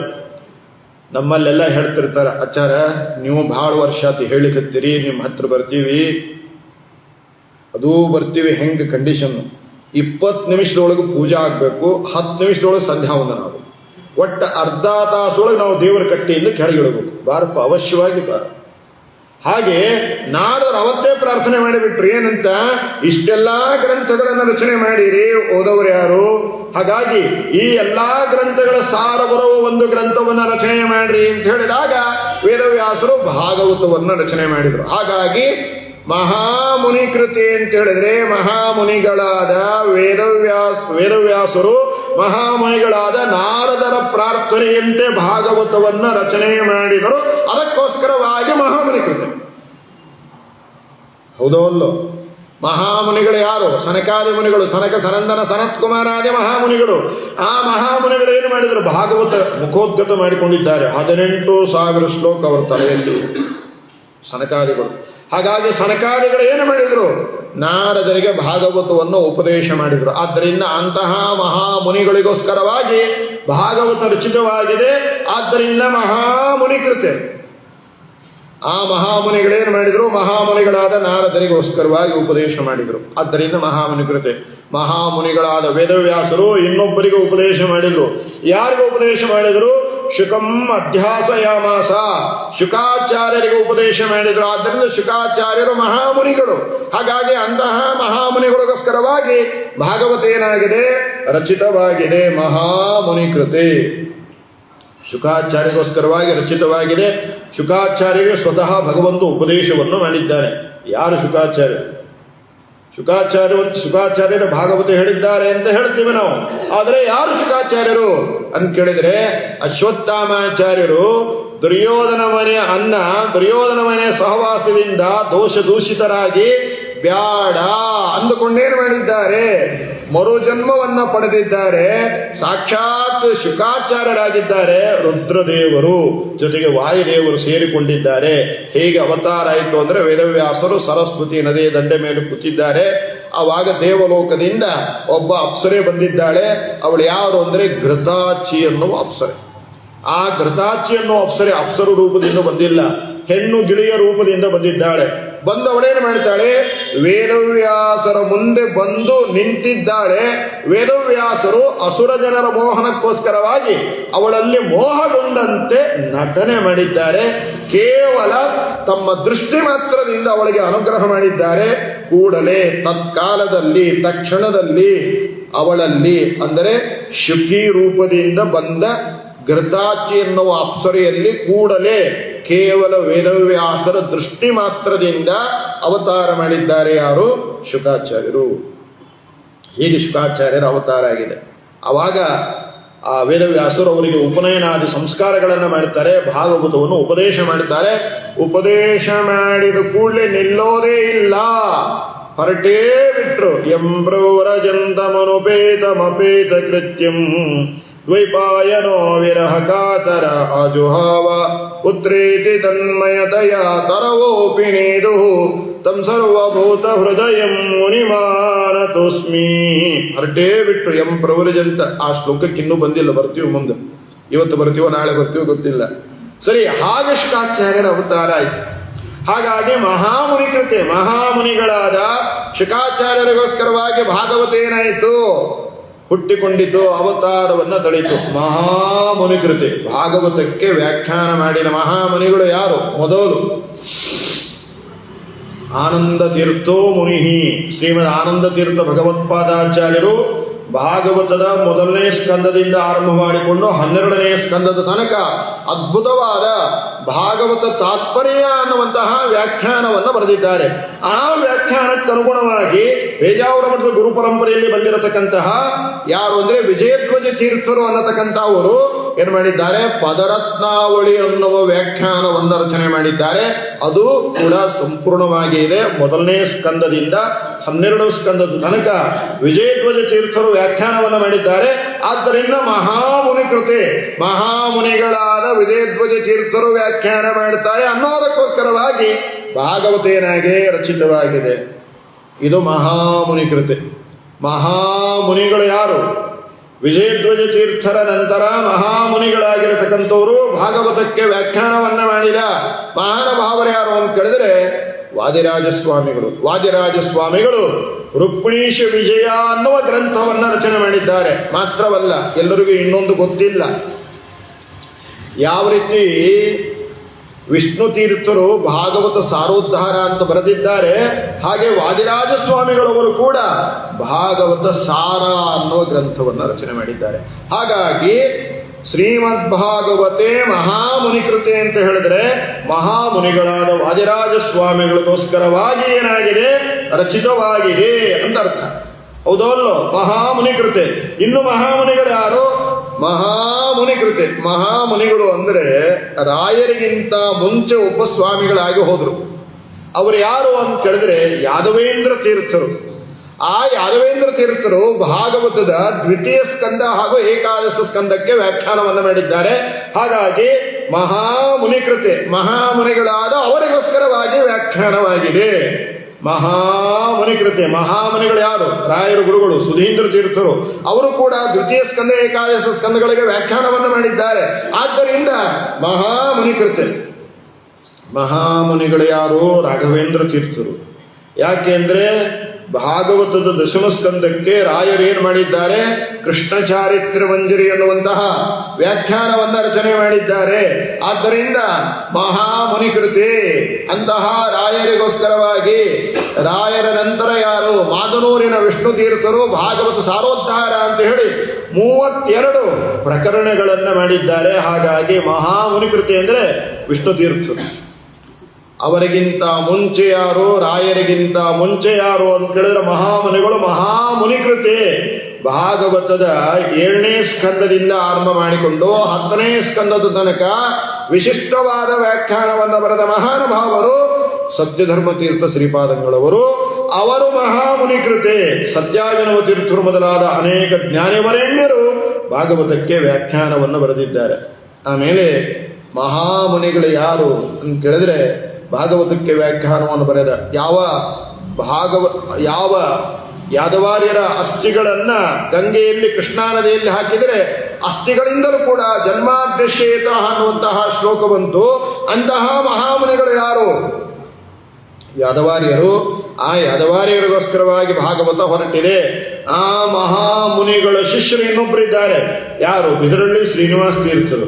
ಹಾಗಾಗಿ ಮಹಾಮುನಿಕೃತೆ. ಅಂತಹ ಮಹಾಮುನಿಗಳಿಗೋಸ್ಕರವಾಗಿ ಭಾಗವತ ರಚಿತವಾಗಿದೆ. ಯಾವ ಶ್ರೀನಿವಾಸ ತೀರ್ಥರು ಕೂಡ 11 ಸ್ಕಂದ 12 ಸ್ಕಂದಕ್ಕೇನು ಮಾಡಿದ್ದಾರೆ? ವ್ಯಾಖ್ಯಾನವನ್ನು ಮಾಡಿದ್ದಾರೆ. ಆದ್ದರಿಂದ ಶ್ರೀಮದ್ಭಾಗವತೆ ಮಹಾಮುನಿಕೃತೆ ಕಿಂವಾ ಪರೈರೀಶ್ವರ ಸದ್ಯೋ ಹೃದಯ ಅವರದ್ಯ ಚಿತ್ರಕೃತಿಭಿ ಶುಶ್ರೂಷೆ ವಿಸ್ತಕ್ಷಣಾತ್. ಇಂತಹ ಭಾಗವತವನ್ನು ಕೇಳೋದರಿಂದ ಏನಾಗ್ತಾ ಇದೆ? ಎಲ್ಲ ಫಲವೂ ಕೂಡ ಬರ್ತಾ ಇದೆ. ಕೇಳಿದ ಕೂಡಲೇ ತಾಪ ಪಾಪ ಶಾಪ ಎಲ್ಲವೂ ಕೂಡ ಪರಿಹಾರವಾಗ್ತಾ ಇದೆ ಎಂಬುದಾಗಿ ಹೇಳ್ತಾ ಭಾಗವತ ಅಂದ್ರೆ ಏನು ಅಂತ ಹೇಳ್ತಾರೆ. ಮತ್ತೆ ನಿನ್ನೆಯಿಂದ ಅದನ್ನೇ ಹೇಳ್ತಿದ್ದಾರೆ. ಭಾಗವತ ಅಂದ್ರೆ ಏನು ಅಂತ ಮುಂದಿನ ಶ್ಲೋಕದಲ್ಲಿ ಹೇಳ್ತಾರೆ. ಯಾವುದನ್ನ ಭಾಗವತ ಅಂತ ಕರೆಯಬೇಕು? ನಿಗಮ ಕಲ್ಪತರೋರ್ಗಲಿತಂ ಫಲಂ ಶುಕಮುಖಾದಮೃತದ್ರವ ಸಂಯುತಂ ಪಿಬತ ಭಾಗವತಂ ರಸಮಾಲಯಂ ರಸಿಕಾಃ ಮುಹುರಹೋ ಭುವಿ ಭಾವುಕಾಃ ಎಂಬುದಾಗಿ ನಿಗಮ ಕಲ್ಪತರೋಹೋ ಗಲಿತಂ ಫಲಂ. ನಿಗಮ ಅಂದ್ರೆ ವೇದಗಳು. ಆ ವೇದಗಳಿಗೆ ನಿಗಮ ಅಂತ ಹೆಸರು. ಯಾಕೆಂದರೆ ನಿತರಾಂ ಗಮಯಂತೀತಿ ನಿಗಮಾಹ. ಯಾರು ವೇದವನ್ನ ಅಧ್ಯಯನ ಮಾಡ್ತಾರೆ ಅವರನ್ನು ದೇವರ ಕಡೆಗೆ ಕೊಂಡೊಯ್ತಾವೆ ಅನ್ನೋ ಕಾರಣಕ್ಕೋಸ್ಕರವಾಗಿ ಅವಳಿಗೆ ನಿಗಮ, ನಿತರಾಂ ಗಮಯಂತೀತಿ ನಿಗಮಾಹ. ಆದ್ದರಿಂದ ನಿಗಮ ಕಲ್ಪತರೋರ್ಗಲಿತಂ ಬಲಂ. ಭಾಗವತ ಅಂದ್ರೆ ಅನಂತವಾದ ವೇದಗಳು ಅನ್ನೋದೇ ಒಂದು ಕಲ್ಪವೃಕ್ಷ. ಆ ಕಲ್ಪವೃಕ್ಷದಲ್ಲಿ ಒಂದು ಹಣ್ಣು. ಆ ಹಣ್ಣು ಮುಂಚೆನೆ ಕೆಳಗೆ ಇಳಿಸಿ ಕೆಮಿಕಲ್ಸ್ ಹಾಕಿ ಮಾಡಿದ ಹಣ್ಣಲ್ಲ, ಮರದಲ್ಲೇ ಹಣ್ಣಾಗಿದೆ. ಗಲಿತಂ ಫಲಂ, ಪಕ್ವವಾದ ಹಣ್ಣಾಗಿದೆ. ಆ ಹಣ್ಣಿನಲ್ಲಿ ಏನಿದೆ? ಧರ್ಮ, ಅರ್ಥ, ಕಾಮ, ಮೋಕ್ಷ ಎನ್ನುವ ಚತುರ್ವಿಧ ಪುರುಷಾರ್ಥವೇ ಆ ಹಣ್ಣಿನಲ್ಲಿ ಇದೆ. ಮತ್ತೇನಿದೆ ಆ ಹಣ್ಣಿನಲ್ಲಿ? ಆ ಹಣ್ಣು ಎಂತಹ ಹಣ್ಣಪ್ಪ? ಮಾರ್ಕೆಟ್ನಲ್ಲಿ ಸಿಗೋ ಹಣ್ಣಲ್ಲ ಅದು. ಚತುರ್ವಿಧ ಪುರುಷಾರ್ಥಗಳಿರುವಂತಹ ಹಣ್ಣು. ಮತ್ತೇನಿದೆ? ಶ್ರವಣಂ ಕೀರ್ತನಂ ವಿಷ್ಣು ಸ್ಮರಣಂ ಪಾದ ಸೇವನಂ ಅರ್ಚನಂ ವಂದನಂ ದಾಸ್ಯಂ ಸಖ್ಯಂ ಆತ್ಮನಿವೇದನಂ. ಇಂತಹ ನವವಿಧವಾದ ಭಕ್ತಿ ಎನ್ನುವ ಹಣ್ಣು ಎಲ್ಲಿದೆ? ಭಾಗವತ ಎನ್ನುವ ಹಣ್ಣಿನಲ್ಲಿದೆ. ಹಾಗಾಗಿ ನಿಗಮ ಕಲ್ಪತರೋಹೋ ಗಲಿತಂ ಫಲಂ. ಯಾರು ಅದು ಮರದಲ್ಲೇ ಹಣ್ಣಾಗಿದೆ ಅಂತ ಯಾರು ತಿಳ್ಕೊಂಡಾರಪ್ಪ? ನೀವು ಹೋಗಿ ನೋಡಿರಾ? ಇಲ್ಲ. ಶುಕಮುಖಾತ್ ಅಮೃತದ್ರವ ಸಂಯುತಂ. ಶುಕಾಚಾರ್ಯರು ತಿಳ್ಕೊಂಡಿದ್ದಾರೆ ಇದು ಮರದಲ್ಲೇ ಹಣ್ಣಾಗಿದೆ ಅಂತ. ಯಾಕೆಂದ್ರೆ ಲೋಕದಲ್ಲೂ ಕೂಡ ರೂಢಿ ಇದೆ, ಏನೋ ಶುಕ ಗಿಳಿ ಕಚ್ಚಿದ ಹಣ್ಣು ಅಂತ. ಹಾಗೆ ಶುಕಾಚಾರ್ಯರು ಎನ್ನುವ ಗಿಳಿ ಇದು ಏನಾಗಿದೆ? ಅಮೃತಮಯವಾಗಿದೆ, ಮೋಕ್ಷಪ್ರದವಾಗಿದೆ ಅಂತ ಇದನ್ನ ನೋಡಿದ್ದಾರೆ. ಕಚ್ಚಿದ್ದಾರೆ ಅಂದ್ರೇನು? ಅಧ್ಯಯನವನ್ನ ಮಾಡಿದ್ದಾರೆ, ಶ್ರವಣ ಮಾಡಿದ್ದಾರೆ ಅಂತ ಅರ್ಥ. ಹಾಗಾಗಿ ಇದು ಮೋಕ್ಷಪ್ರದವಾದ ಹಣ್ಣು. ಆದ ಕಾರಣ ಗಲಿತಂ ಫಲಂ ಶುಕ ಮುಖಾತ್ ಅಮೃತ ದ್ರವ ಸಂಯುತಂ ಅಂತ ಹೇಳ್ತಾರೆ. ಶುಕಾಚಾರ್ಯರು ಶ್ರವಣ ಮಾಡಿದ್ದಾರೆ. ಶುಕಾಚಾರ್ಯರಲ್ಲಿ ಯಾರು ಸೇರಿಕೊಂಡಿದ್ದಾರೆ? ವಾಯುದೇವರು. ಅಮೃತ ಅಂದ್ರೆ ವಾಯುದೇವರು. ವಾಯು ಅನಿಲಂ ಅಮೃತಂ ಭಸ್ಮಾಂತಂ ಶರೀರಂ ಅಂತ ಉಪನಿಷತ್ತು ನಿರೂಪಣೆಯನ್ನು ಮಾಡ್ತಾ ಇದೆ. ಆದ್ದರಿಂದ ಅಮೃತ ಶಬ್ದವಾಚ್ಯರಾದವರು ಯಾರು ಅಂದ್ರೆ ವಾಯುದೇವರು. ಇವಾಗ ನೀವೆಲ್ಲ ಏನು ಪಾರಾಯಣ ಮಾಡ್ತೀರಿ? ಹರಿಕಥಾಮೃತ ಸಾರ ಪಾರಾಯಣ ಮಾಡ್ತೀರಿ. ಏನು ಹರಿಕಥಾಮೃತ ಸಾರ ಅಂದ್ರೆ ಏನು ಹೇಳಿ? ಹರಿಕಥಾಮೃತ ಸಾರ ಅಂದ್ರೆ ಏನ್ರಿ ಆಚಾರ? ನಮಗೆ ಹೇಳ್ತೀರಿ ನೀವು? ಮತ್ತೆ ಹರಿಕಥಾಮೃತ ಸಾರ ಅಲ್ಲ. ಹರಿಕಥಾಮೃತ ಸಾರ ಅಂದ್ರೆ ಹರಿ ಅಂದ್ರೆ ಬಿಂಬರೂಪಿಯಾದ ಪರಮಾತ್ಮ. ಬಿಂಬರೂಪಿಯಾದ ಪರಮಾತ್ಮನ ಹೆಸರೇನು ಅಂದ್ರೆ ಹರಿ ಅಂತ ಹೆಸರು. ಹಾಗಾಗಿ ಹರಿಕಥಾಮೃತ ಸಾರ. ಹರಿ ಅಂದ್ರೆ ಬಿಂಬರೂಪಿಯಾದ ಪರಮಾತ್ಮ, ಹರಿ ಅಂದ್ರೆ ನರಹರಿ. ನರಹರಿ ಅಂದ್ರೆ ಯಾರು? ನರಸಿಂಹ. ಪ್ರಹ್ಲಾದರಾಜರಿಗೆ ಒಲಿದ ನರಸಿಂಹ. ಹಾಗಾಗಿ ನರಸಿಂಹನ ಕಥೆಯನ್ನ ಕೇಳೋದು. ನಾರಸಿಂಹನೇ ನಮಿಪೆ ಕರುಣಿಪುದು ಯಮಗೆ ಮಂಗಳವ.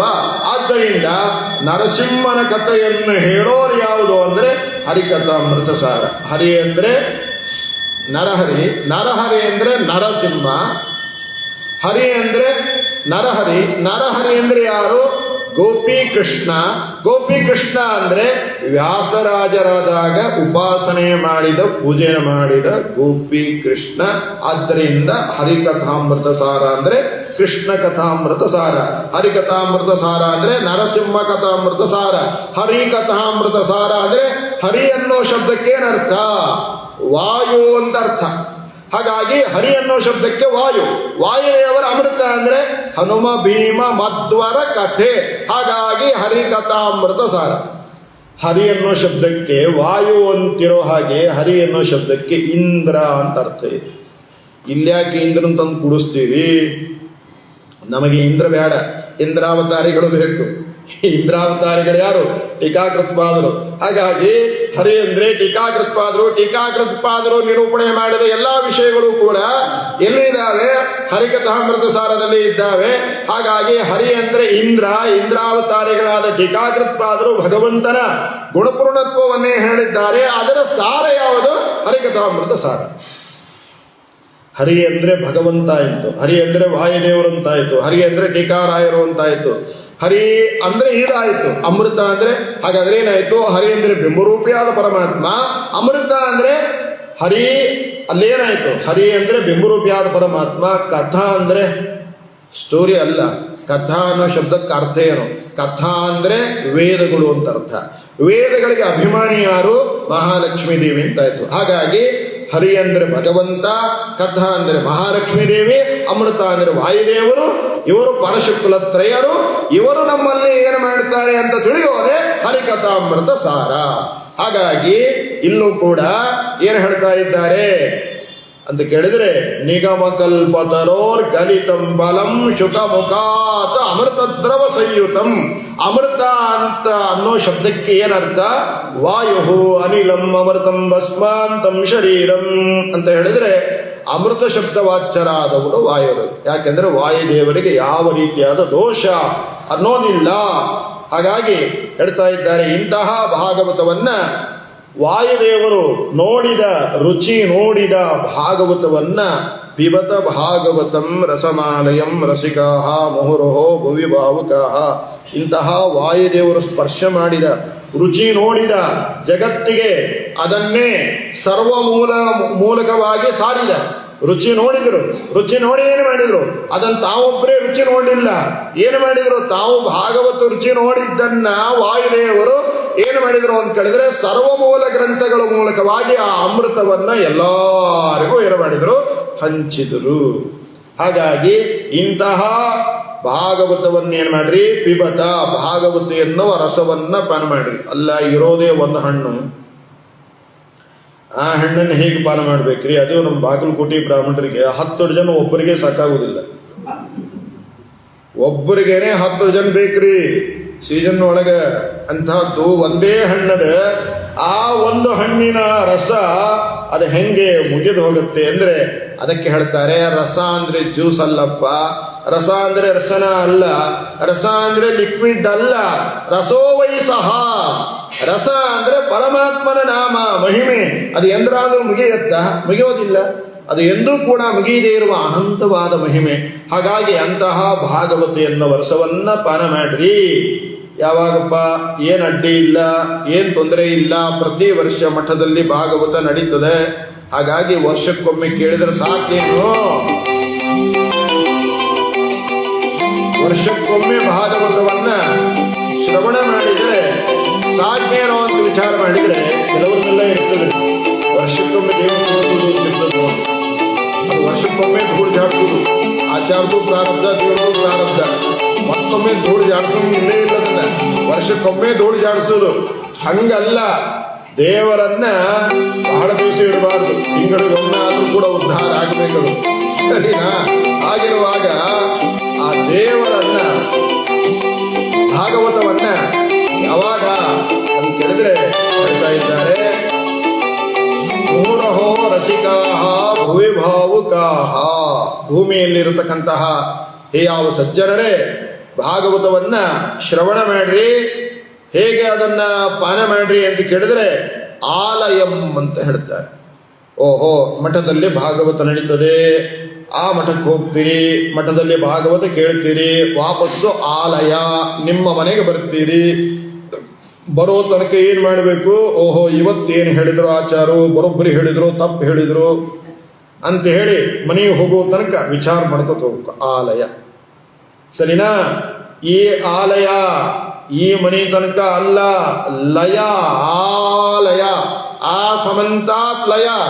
ಈ ದೇಹ, ಲಿಂಗ ದೇಹ ಲಯ ಆಗುವ ತನಕವು ಭಾಗವತವನ್ನೇನು ಮಾಡಬೇಕು ಅಂತ ಕೇಳಿದ್ರೆ ಶ್ರವಣ ಮಾಡಬೇಕು. ಲಿಂಗ ದೇಹ ಲಯ ಆಗುವ ತನಕ. ಲಿಂಗ ದೇಹ ಲಯ ಆಗುವ ತನಕ ಕೇಳಿದ್ರೆ ಸಾಕೇನ್ರಿ? ಇಲ್ಲ. ಲಿಂಗ ದೇಹ ಲಯ ಆದ ಮೇಲೆ ಏನಾಗತ್ತೆ? ಮೋಕ್ಷ ದೊರಕತ್ತೆ. ಭಗವಂತ ನರಸಿಂಹ ರೂಪದಿಂದ ಗದಾಪ್ರಹಾರವನ್ನ ಮಾಡಿ ಲಿಂಗದೇಹವನ್ನು ಭಂಗ ಮಾಡಿ ಮೋಕ್ಷವನ್ನು ಕೊಡ್ತಾನೆ. ಅಲ್ಲೂ ಕೂಡ ಒಳ್ಳೆ ಉತ್ತಮವಾದ ಶರೀರವನ್ನು ಪಡುತ್ತೇವೆ, ಶಂಖಚಕ್ರ ಗದಾಧಾರಿಗಳಾಗ್ತೇವೆ, ನಾಶರಹಿತವಾದ ದೇಹವನ್ನು ಪಡೆಯುತ್ತೇವೆ. ಅಲ್ಲೂ ಕೂಡ ಆಲಯ. ಇಲ್ಲಿರುವುದು ಏನೋ ಸುಮ್ಮನೆ, ಅಲ್ಲಿರುವುದು ನಮ್ಮನೆ. ಆ ಮನೆಯಲ್ಲಿ ಏನು ಮಾಡಬೇಕು ಅಂತ ಕೇಳಿದ್ರೆ ವೈಕುಂಠಕ್ಕೆ ಪುರೇ, ವೈಕುಂಠ ಎನ್ನುವಂತಹ ಪುರದಲ್ಲಿ, ಆಲಯದಲ್ಲಿ ನಿರಂತರವಾಗಿ ಭಾಗವತಾದಿ ಶ್ರವಣಗಳನ್ನು ಮಾಡಬೇಕು. ಇಲ್ಲಿ ಶ್ರವಣ ಮಾಡಿದರೆ ಮೋಕ್ಷಕ್ಕೆ ಕಾರಣ ಆಗುತ್ತೆ. ಅಲ್ಲಿ ಶ್ರವಣ ಮಾಡಿದರೆ, ಅಲ್ರಿ ಇಲ್ಲೂ ಶ್ರವಣ ಮಾಡಂತ ಹೇಳ್ತೀರಿ, ಮೋಕ್ಷಕ್ಕೆ ಹೋದ್ರೆ ಬಿಡ್ತೀರಿ ನಮ್ಮನ್ನು ಪಾಡಿಗೆ. ಅಲ್ಲೂ ಕೂಡ ಭಾಗವತ ಕೇಳ್ರಿ ಅಂತ ಹೇಳಿದ್ರೆ, ಇಲ್ಲಿ ಭಾಗವತ ಕೇಳಿದರೆ ಮೋಕ್ಷ ಆಗತ್ತೆ, ಮೋಕ್ಷದಲ್ಲೇ ಭಾಗವತ ಕೇಳಿದ್ರೆ ಆನಂದ ಅತಿಶಯ ಆಗತ್ತೆ. ಹಾಗಾಗಿ ಮೋಕ್ಷದಲ್ಲೂ ಕೂಡ ಭಾಗವತ ಇಲ್ಲಿ ಕೇಳಿದರೆ, ಇಲ್ಲಿ ಕೇಳೋದಕ್ಕೆ ವ್ಯತ್ಯಾಸ ಇದೆ. ಇಲ್ಲಿ ಬಹಳಷ್ಟು ಕೇಳಿ ಕೇಳಿ ಕೇಳಿ ಕೇಳಿ ನಮ್ಮ ಜೀವನ ಯೋಗ್ಯತೆ ಇದ್ದರೆ ಮೋಕ್ಷ ಹೊಂದ್ತೇವೆ.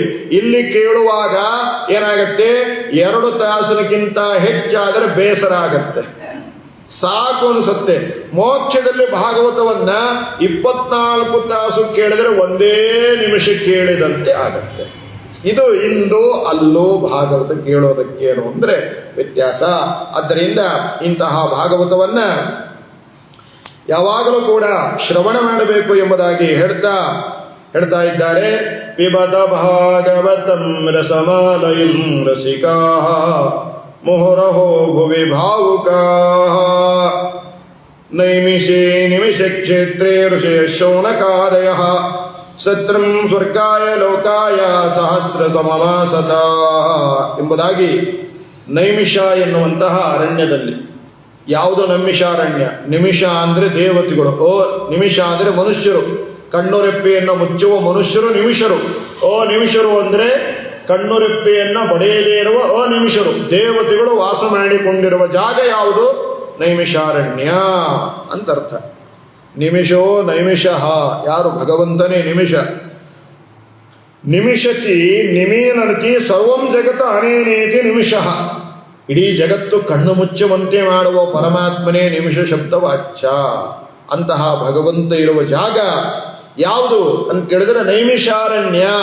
ಆದ್ದರಿಂದ ಅಂತಹ ನೈಮಿಷಾರಣ್ಯದಲ್ಲಿ ಯಾರು ಸೇರಿದ್ದಾರೆ? ಎಲ್ಲಾ ಋಷಿಗಳು ಸೇರಿದ್ದಾರೆ. ಆವಾಗ ಶೌನಕಾದಿಗಳು ಸೂತರನ್ನ ಕುರಿತು ಪ್ರಾರ್ಥನೆಯನ್ನ ಮಾಡ್ತಾ ಇದ್ದಾರೆ. ತ್ವಯಾ ಖಲು ಪುರಾಣಾನಿ ಸೇತಿಹಾಸಿ ಜಾನಕ ಆಖ್ಯಾತನ್ಯಪ್ಯದೀತಾನಿ ಧರ್ಮಶಾಸ್ತ್ರಾಣಿ ತನ್ಯುತ ಪ್ರಾಯೇಣ ಅರ್ಪಾಯುಷೋ ಮರ್ತ್ಯಾಃ ಕಲಾವಿಸ್ಮುನ್ಯುಗೇ ಜನಾಃ ಮಂದಾಃ ಸುಮಂದಮತಯಃ ಮಂದಭಾಗ್ಯಾಃ ಉಪದ್ರತಾಃ. ಸೂತರನ್ನು ಕುರಿತು ಶೌನಕಾದಿಗಳಂತಾರೆ, ಸ್ವಾಮಿ ಈ ತನಕ ನೀವು ಒಂದು ವಿಷಯ ಹೇಳಿಲ್ಲ, ಸಾವಿರಾರು ವಿಷಯಗಳನ್ನು ಹೇಳಿದ್ದೀರಿ, ಅನೇಕ ಪುರಾಣಗಳನ್ನು ಹೇಳಿದ್ದೀರಿ, ಧರ್ಮಶಾಸ್ತ್ರಗಳನ್ನು ಹೇಳಿದ್ದೀರಿ, ವೇದಾಂತ ಶಾಸ್ತ್ರಗಳನ್ನು ಹೇಳಿದ್ದೀರಿ. ಆ ಎಲ್ಲಾ ಶಾಸ್ತ್ರಗಳನ್ನು ಕೂಡ ಕೇಳಿ ಕೇಳಿ ನಮಗೆ ಏನಾಗಿದೆ? ತುಂಬಾ ಆನಂದದಾಯಕವಾಗಿದೆ. ಆದರೆ ಇವಾಗ ಏನಾಗ್ತಾ ಇದೆ, ಕಲಿಯುಗ ಬರ್ತಾ ಇದೆ.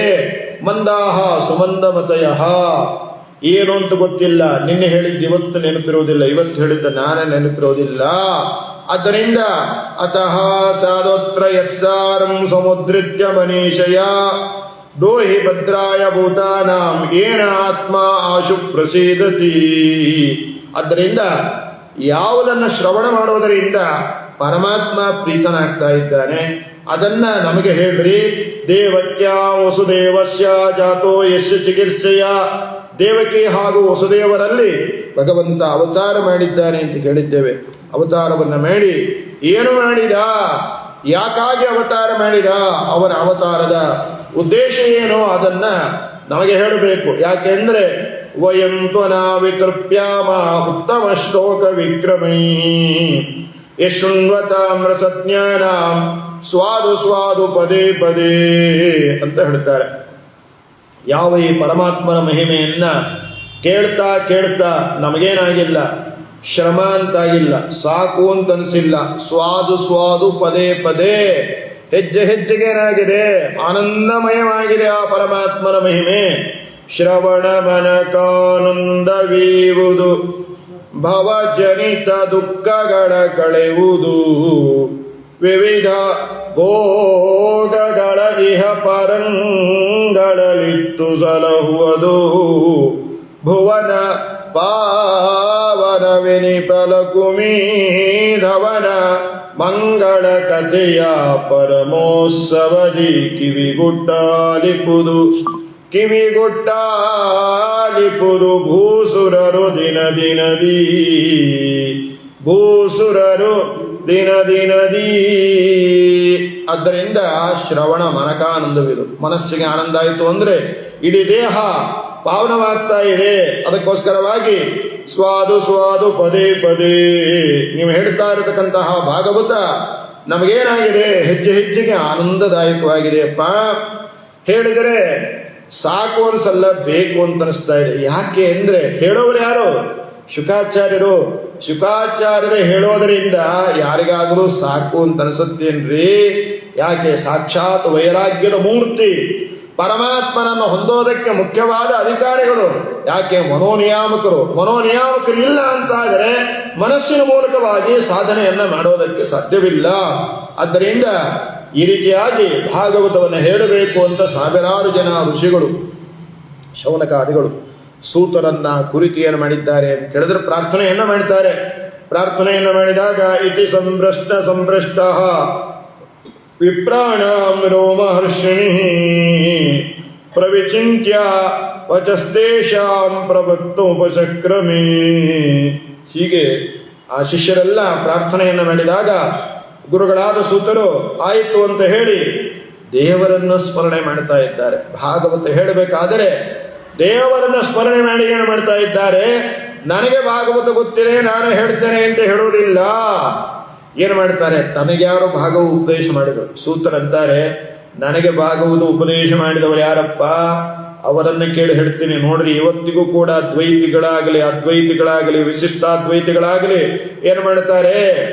ವೇದ ಪಾರಾಯಣ ಮಾಡ್ತಾವ್ರು. ಅವ್ರು ಬರ್ರಿ ನಮ್ಮ ತಿರುಪತಿಗೆ ಬರ್ರಿ, ತಿರುಪತಿಗೆ ಬಂದ್ರೆ ಶ್ರೀ ವೈಷ್ಣವ್ರಿ ಯಾವಾಗಲೂ ಪಾರಾಯಣ ಮಾಡ್ತಾರೆ. ಪಾರಾಯಣ ಮಾಡ್ಬೇಕಾದ್ರೆ ಏನ್ ಹೇಳ್ತಾರ ಅವ್ರು? ಮೊದಲು ಶ್ರೀ ಗುರುಭ್ಯೋ ನಮಃ ಅಂತ ಹೇಳ್ತಾರೆ. ಬೇಕಾದವರು ಇರಲಿ, ಅವರು ಮೊದಲು ಹೇಳೋದೇನು? ಶ್ರೀ ಗುರುಭ್ಯೋ ನಮಃ ಅಂತ. ಹಾಗಾಗಿ ಸೂತರು ಶೌನಕಾದಿಗಳಿಗೆ ಭಾಗವತವನ್ನು ಹೇಳುವಾಗ ಮೊದಲೇನು ಮಾಡಿದ್ರು? ಶ್ರೀ ಗುರುಭ್ಯೋ ನಮಃ ಯಂ ಪ್ರವ್ರಜಂತಮನುಪೇತಮಪೇತ ಕೃತ್ಯಂ ದ್ವೈಪಾಯನೋ ವಿರಹ ಕಾತರ ಆಜುಹಾವ ಪುತ್ರೇತಿ ತನ್ಮಯತಯಾ ತರವೋಪಿಣಿದು ತಂ ಸರ್ವಭೂತ ಹೃದಯಂ ಮುನಿಮಾನತೋಸ್ಮಿ ಎಂಬುದಾಗಿ ತನ್ನ ಗುರುಗಳಾದ ಜ್ಞಾನೋಪದೇಶಕರಾದ ಮೋಕ್ಷಕ್ಕೆ ದಾರಿ ತೋರಿಸ್ತಾ ಇರತಕ್ಕಂತಹ ಮನೋನಿಯಾಮಕರಾದ ರುದ್ರಾವತಾರಿಗಳಾದ ಶುಕಾಚಾರ್ಯರನ್ನ ಏನು ಮಾಡ್ತಾ ಇದ್ದಾರೆ? ಸ್ಮರಣೆ ಮಾಡ್ತಾ ಇದ್ದಾರೆ. ಹೆಸರು ಹೇಳಿಲ್ಲ. 2 ಶ್ಲೋಕದಿಂದ ಸೂತರು ಶುಕಾಚಾರ್ಯ ಸ್ತೋತ್ರ ಮಾಡ್ತಾರೆ. ಹೆಸರು ಹೇಳಲಿಲ್ಲ. ಗುರೋರ್ನಾಮ ನಗೃಹೀಯ. ಗುರುಗಳ ಹೆಸರು ಜೋರಾಗಿ ಓ ಬರ್ರಿ ಹಿಂಗೆಲ್ಲ ಗುರುಗಳ ಹೆಸರು ಹೇಳ್ಕೊಂಡು ಹೇಳು. ಗುರುಗಳೇ ಅಂತ ಹೇಳಬೇಕು. ಒಂದು ನೇಮ, ಗುರುಗಳ ಹೆಸರನ್ನ ಜೋರಾಗಿ ಕರೆಯಬಾರದು.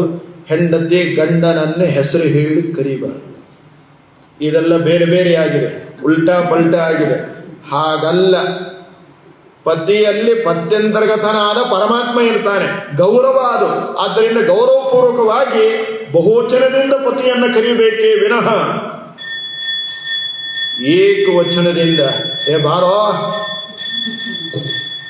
ಅಂತ ಕರೆದ್ರೆ ಏನು? ನಮ್ಮ ಸಿದ್ಧಾಂತ ಏನಿದೆ, ನಮ್ಮ ಭಾರತೀಯ ತತ್ವ ಹೇಗಿದೆ?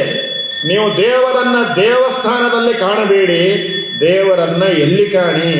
ನಿಮ್ಮ ಪತಿಯಲ್ಲಿ ಅಂತರ್ಯಾಮಿಯಾದ ಪರಮಾತ್ಮನನ್ನ ಕಾಣಿ ಅಂತ ಶಾಸ್ತ್ರಗಳೇನು ಮಾಡ್ತವೆ? ನಿರೂಪಣೆಯನ್ನು ಮಾಡ್ತವೆ. ಆದ್ದರಿಂದ ಅಂತಹ ಗುರುಗಳನ್ನ ಹೆಸರು ಹೇಳದೆ ಹೇಳ್ತಾ ಇದ್ದಾರೆ. ಯಾವ ಶುಕಾಚಾರ್ಯರು ವೇದವ್ಯಾಸರಿಂದ ಭಾಗವತ ಶ್ರವಣ ಮಾಡಿದರು. ಭಾಗವತ ಅವರು ಹೇಳಿದ್ರು, ಇವರು ಕೇಳಿದ್ರು.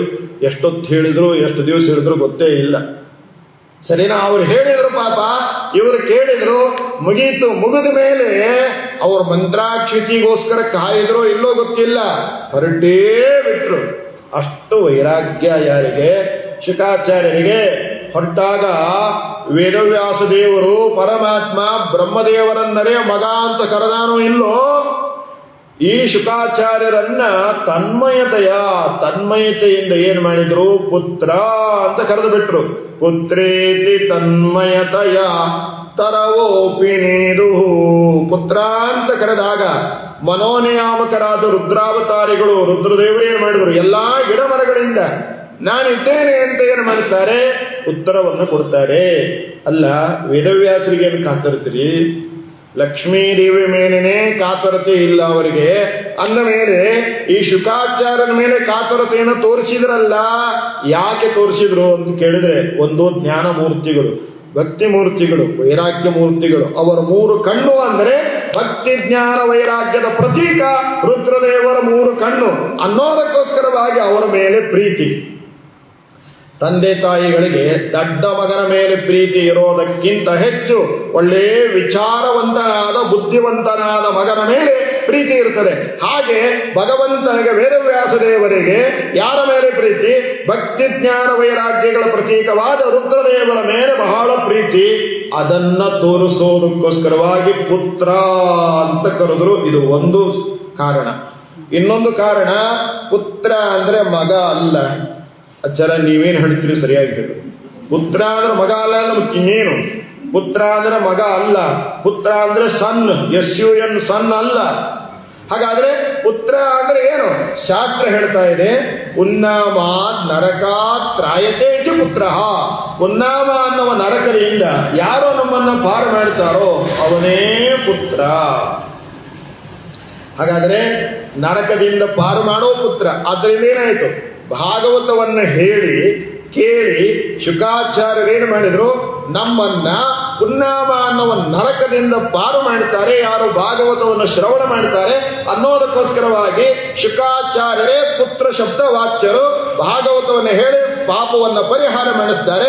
ಆದ ಕಾರಣ ಪುತ್ರೇತಿ ತನ್ಮಯತೆಯ ಪುತ್ರ ಅಂತ ಕರೆದು. ಈ ಪುತ್ರರು ಆ ಪುತ್ರನ ಹೆಸರನ್ನ ಹೇಳಿ ನಮ್ಮ ಪಾಪವನ್ನೇನು ಮಾಡ್ತಾರೆ? ಪರಿಹಾರ ಮಾಡ್ತಾರೆ. ಈ ಪುತ್ರರು ಯಾರು? ಶುಕಾಚಾರ್ಯರು. ಆ ಶುಕಾಚಾರ್ಯ ಎನ್ನುವ ಪುತ್ರರು ಜಗತ್ತಿನಲ್ಲಿರುವ ಎಲ್ಲಾ ಪುತ್ರರನ್ನ ಆ ಪುತ್ರನ ನಾಮಸ್ಮರಣೆಯನ್ನ ಮಾಡಿಸಿ ನಮ್ಮ ಪಾಪವನ್ನು ಪರಿಹಾರ ಮಾಡ್ತಾರೆ. ಯಾವ ಪುತ್ರನೇ ನಾಮಸ್ಮರಣೆ ಮಾಡ್ತಾರ್ರಿ? ಶುಕಾಚಾರ್ಯರು. ಮತ್ತೆ ದಾಸರು ಪ್ರವೇಶ ಆಗ್ಬೇಕು. ಹರಿ ಸರ್ವೋತ್ತಮನೆಂಬ ಹಿರಿಯ ಪುತ್ರನಿರಲಿಕ್ಕೆ ನರ ಪುತ್ರರಿಂದಾಗುವ ಗತಿ ಯಾವುದಯ್ಯ? ಸೃಷ್ಟಿಕರ್ತನೆಂಬ ಶ್ರೇಷ್ಠ ಪುತ್ರನಿರಲಿಕ್ಕೆ ದುಷ್ಟ ಪುತ್ರರಿಂದಾಗುವ ಗತಿ ಯಾವುದಯ್ಯ? ಕಾಮ ನಾರಾಯಣನೆಂಬ ನಾಮ ಪುತ್ರನಿರಲಿಕ್ಕೆ ಕಾಮ ಪುತ್ರನಿಂದಾಗುವ ಗತಿ ಯಾವುದಯ್ಯ? ಪುರಂದರ ವಿಠಲನೆಂಬ ಪುಣ್ಯ ಪುತ್ರನಿರಲಿಕ್ಕೆ ಅನ್ಯ ಪುತ್ರರಿಂದಾಗುವ ಗತಿ ಯಾವುದಯ್ಯ? ಹಾಗಾಗಿ ನಿಜವಾದ ಪುತ್ರ ತಂದೆ ತಾಯಿ. ತ್ವಮೇವ ಮಾತಾ ಚ ಪಿತಾ ತ್ವಮೇವ ತ್ವಮೇವ ಬಂಧುಶ್ಚ ಸಖಾ ತ್ವಮೇವ ತ್ವಮೇವ ವಿದ್ಯಾ ದ್ರವಿಣಂ ತ್ವಮೇವ ತ್ವಮೇವ ಸರ್ವಂ ಮಮ ದೇವ ದೇವ. ಆದ್ದರಿಂದ ಪುತ್ರೇತಿ ತನ್ಮಯತಯ ತರವೋಪಿನಿದು ತಂ ಸರ್ವಭೂತ ಹೃದಯ ಮುನಿಮಾನತೋಸ್ಮಿ. ಇಂತಹ ಮುನಿಗಳನ್ನ ನಾನು ಸ್ಮರಣೆ ಮಾಡ್ತೀನಿ ಅಂತ ಹೇಳ್ತಾರೆ ಶುಕಾಚಾರ್ಯರು. ಅಪೇತ ಕೃತ್ಯಂ, ಅವರು ಶುಕಾಚಾರ್ಯರು ಕೆಟ್ಟ ಕೆಲಸ ಮಾಡಿಲ್ಲ. ಅಪೇತ ಕೃತ್ಯ ಅಂದ್ರೇನು? ಕೆಟ್ಟ ಕೆಲಸ ಮಾಡಿಲ್ಲ, ಪರಮಾತ್ಮನ ಇಚ್ಛೆಗೆ ವಿರುದ್ಧವಾದ ಕೆಲಸವನ್ನ ಮಾಡಿಲ್ಲ. ಈಗ ಮಾಡಿಲ್ಲ ಅಂದ್ರ ಆಚಾರ ಊಟ ಮಾಡಿರೇನು? ಮಾಡಿಲ್ಲ. ಈಗ ಮಾಡಿಲ್ಲ ಅಂತ ಅರ್ಥ, ಹಿಂದೆ ಮಾಡಿವಿಲ್ಲ. ಮತ್ತೆ ಹಂಗೆ ಶುಕಾಚಾರ್ಯರು ಅಪೇತ ಕೃತ್ಯರು. ಇವಾಗ ಕೆಟ್ಟ ಕೆಲಸ ಮಾಡಿಲ್ಲ, ಪರಮಾತ್ಮನಿಗೆ ಇಚ್ಛೆ ವಿರುದ್ಧವಾದ ಕೆಲಸ ಮಾಡಿಲ್ಲ, ಇವಾಗ ಮಾಡಿಲ್ಲ. ಯಾಕೆ? ವಾಯುದೇವರ ಆವೇಶ, ಜೊತೆಗೆ ಪರಮಾತ್ಮನಿಂದ ನೇರವಾಗಿ ಅವತಾರ ಪಡೆದಿದ್ದಾರೆ ಅನ್ನೋದಕ್ಕೋಸ್ಕರವಾಗಿ ಇವಾಗ ಕೆಟ್ಟ ಕೆಲಸ ಮಾಡಿಲ್ಲ, ಅಪೇತ ಕೃತ್ಯರಾಗಿದ್ದಾರೆ. ಆದರೆ ಹಿಂದಿನ ಜನ್ಮದಲ್ಲಿ ಏನು ಮಾಡಿದ್ದಾರೆ ಅಂತ ಕೇಳಿದ್ರೆ ಪರಮಾತ್ಮನ ಸಂಕಲ್ಪಕ್ಕೆ ವಿರುದ್ಧವಾದ ಕಾರ್ಯವನ್ನು ಮಾಡಿದ್ದಾರೆ. ಅಶ್ವತ್ಥಾಮಾಚಾರ್ಯರಿಗೆ ಸ್ವತಃ ಕೃಷ್ಣ ಬ್ರಹ್ಮಾಸ್ತ್ರವನ್ನು ಪ್ರಯೋಗ ಮಾಡಬೇಡ ಅಂತ ಹೇಳಿದರೂ ಕೂಡ ಬ್ರಹ್ಮಾಸ್ತ್ರವನ್ನ ಪ್ರಯೋಗವನ್ನ ಮಾಡಿದ್ದಾರೆ. ಭಗವಂತ ಅದನ್ನು ತಡೀತಾನೆ, ಗರ್ಭದಲ್ಲಿ ಹೋಗ್ತಾನೆ, ರಕ್ಷಣೆ ಮಾಡ್ತಾನೆ. ಯಾಕೆ? ಸರಕ್ಷಿತ ರಕ್ಷಿತಿ ಯೋಹಿಗರ್ಭೆ ಕರ್ತುಂ ಅಕರ್ತುಂ ಅನ್ಯಥಾ ಕರ್ತುಂ. ಭಗವಂತನಿಗೆ ಏನು ಮಾಡುವ ಸಾಮರ್ಥ್ಯವೂ ಇದೆ. ಆದ್ದರಿಂದ ಅವನೇನು ಮಾಡಿದ? ಒಳಗಡೆ ಹೋದ, ರಕ್ಷಣೆಯನ್ನು ಮಾಡಿದ. ಒಂದು ಮಗುವನ್ನ ರಕ್ಷಣೆ ಮಾಡ್ಲಿಕ್ಕಾಗಲಿಲ್ಲ, ಸಂಹಾರ ಮಾಡ್ಲಿಕ್ಕಾಗಲಿಲ್ಲ ಯಾವ ರುದ್ರಾವತಾರಿಗಳಾದ ಅಶ್ವತ್ಥಾಮಾಚಾರ್ಯರಿಗೆ. ನೀನೇನು ಹೇಳಿದನು? ಆಚಾರ್ಯ ಬ್ರಹ್ಮಸೂತ್ರ ಭಾಷ್ಯದಲ್ಲಿ ಹೇಳ್ತಾರೆ, ಬ್ರಹ್ಮಣಿ ಬ್ರಹ್ಮರೂಪೋಸು ಶಿವರೂಪಿ ಶಿವಶ್ಚಿತ. ಬ್ರಹ್ಮದೇವರಲ್ಲಿ ಬ್ರಹ್ಮರೂಪದಿಂದ, ಬ್ರಹ್ಮನಾಮದಿಂದ. ಅಂದಮೇಲೆ ರುದ್ರದೇವರಲ್ಲಿ ರುದ್ರನಾಮದಿಂದ ಜಗತ್ತಿನ ಸಂಹಾರವನ್ನ ಮಾಡುವರು ಯಾರು? ರುದ್ರದೇವರು. ಆದರೆ ಇವಾಗ ಪರಮಾತ್ಮನ ಆದೇಶ ಇಲ್ಲದೆ ಒಂದು ಕೂಸನ್ನ ಸಂಹಾರ ಮಾಡಲಿಕ್ಕಾಗಲಿಲ್ಲ. ಯಾರಿಗೆ? ರುದ್ರಾವತಾರಿಗಳಾದ ಅಶ್ವತ್ಥಾಮಾಚಾರ್ಯರಿಗೆ. ಅಂದ ಮೇಲೆ ಎಲ್ಲ ದೇವರಲ್ಲಿ ಇದ್ದು ಮಾಡುವವ ಯಾರು? ಸರ್ವಜ್ಞನಾದ ಭಗವಂತ ಅನ್ನೋದನ್ನ ಹೇಳ್ತಾ ಇದ್ದಾರೆ. ಆದ ಕಾರಣ ಏನಾಯಿತು? ಇಂತಹ ಯಾವ ಅಶ್ವತ್ಥಾಮಾಚಾರ್ಯರು ಕೊನೆಗೇನು ಮಾಡಿದ್ರು? ಮಹಾಭಾರತದ ಯುದ್ಧ ಎಲ್ಲ ಮುಗಿದಿದೆ. ಮುಗಿದಾಗ ಏನ್ ಮಾಡ್ತಾರೆ? ದುರ್ಯೋಧನ ದ್ವೈಪಾಯನ ಮಡು ಅಲ್ಲಿ ಹೋಗಿ ಈಗಲೋ ಅವಾಗಲೋ ಅನ್ನುವಂತೆ ಇದ್ದಾನೆ. ಭೀಮಸೇನ ದೇವರು ಹಾಕಿದ ಗದಾ ಪ್ರಹಾರದಿಂದ ತೊಡೆ ಮುರಿದುಕೊಂಡು ಬಿದ್ದಿದ್ದಾರೆ. ಆವಾಗ ಏನಾಯಿತು? ಯಾರು ಬಂದ್ರು? ಅಶ್ವತ್ಥಾಮಾಚಾರ್ಯರು ಬರ್ತಾರೆ. ಅಶ್ವತ್ಥಾಮಾಚಾರ್ಯರು ಬಂದು, ದುರ್ಯೋಧನ ನಿನ್ನ ಆಶ್ರಯ ಪಡೆದೇನಪ್ಪ, ಹಾಗಾಗಿ ನಿನ್ನ ಪ್ರೀತಿಗೋಸ್ಕರವಾಗಿ ಏನು ಮಾಡಬೇಕು ಹೇಳು ಅಂತ ಕೇಳಿದಾಗ ಅದಕ್ಕೆ ಹೇಳ್ತಾರೆ, ಇಲ್ಲಪ್ಪ, ಪಾಂಡವರ ವಂಶ ನಿರ್ವಂಶ ಆಗಬೇಕು. ಸರಿ, ಪಾಂಡವರ ವಂಶ ನಿರ್ವಂಶ ಆಗಬೇಕು ಅಷ್ಟೇ ಅಲ್ಲ, ಯಾವುದೇ ಆಗಬೇಕಾದ್ರೆ ನಾವು ಮಾಡಿದ ಸಂಕಲ್ಪ ನಡೆಯೋದಿಲ್ಲ. ಹರಿಚಿತ್ತ ಸತ್ಯ ನರಚಿತ್ತಕ್ಕೆ ಬಂದದ್ದು ಲವಲೇಶ ನಡೆಯುವುದು. ನನ್ನ ಸಂತಾನ ಮುಂದುವರಿಯಬೇಕು. ನನ್ನ ಹೆಂಡತಿಯಾದ ಭಾನುಮತಿಯಲ್ಲಿ ನೀವು ಸಂತಾನವನ್ನು ಮುಂದುವರಿಸಿ ಅದನ್ನ ಪಟ್ಟಗಟ್ಟಬೇಕು ಅಂತ. ಅಶ್ವತ್ಥಾಮಾಚಾರ್ಯರು ಎರಡನೇದನ್ನ ಮಾಡಲಿಲ್ಲ, ಹೂ ಅಂದ್ರು. ಅಷ್ಟಕ್ಕೆ ಬ್ರಹ್ಮಚರ್ಯ ಹಾಳಾಗೋಯ್ತು. ಇದು ನೋಡ್ರಿ ಭಾಗವತ ನಮಗೇನಂತ ತಿಳಿಸ್ತಾ ಇದೆ. ಸರಿ, ಹಾಗಂತ ಏನು ಮಾಡಿದ್ರು? ಎರಡನೇದನ್ನ ಮಾಡಲಿಲ್ಲ, ಮಾಡ್ತೇನೆ ಅಂತ ಒಪ್ಕೊಂಡ್ರು. ಆದರೆ ದ್ರೌಪದಿಯ ಮಕ್ಕಳು ಶ್ರುತಕಾಮ, ಶ್ರುತಸೋಮ, ಶ್ರುತವಿಂಜ, ಶ್ರುತಕೀರ್ತಿ ಅನ್ನುವಂತಹ 5 ಮಕ್ಕಳು ಅವರನ್ನ ಬಿಲ್ಲು ಬಾಣ ಹಿಡಿದು ವೀರಾವೇಶದಿಂದ ಹೋರಾಟ ಮಾಡಿ ಸಂಹಾರ ಮಾಡಲಿಲ್ಲ.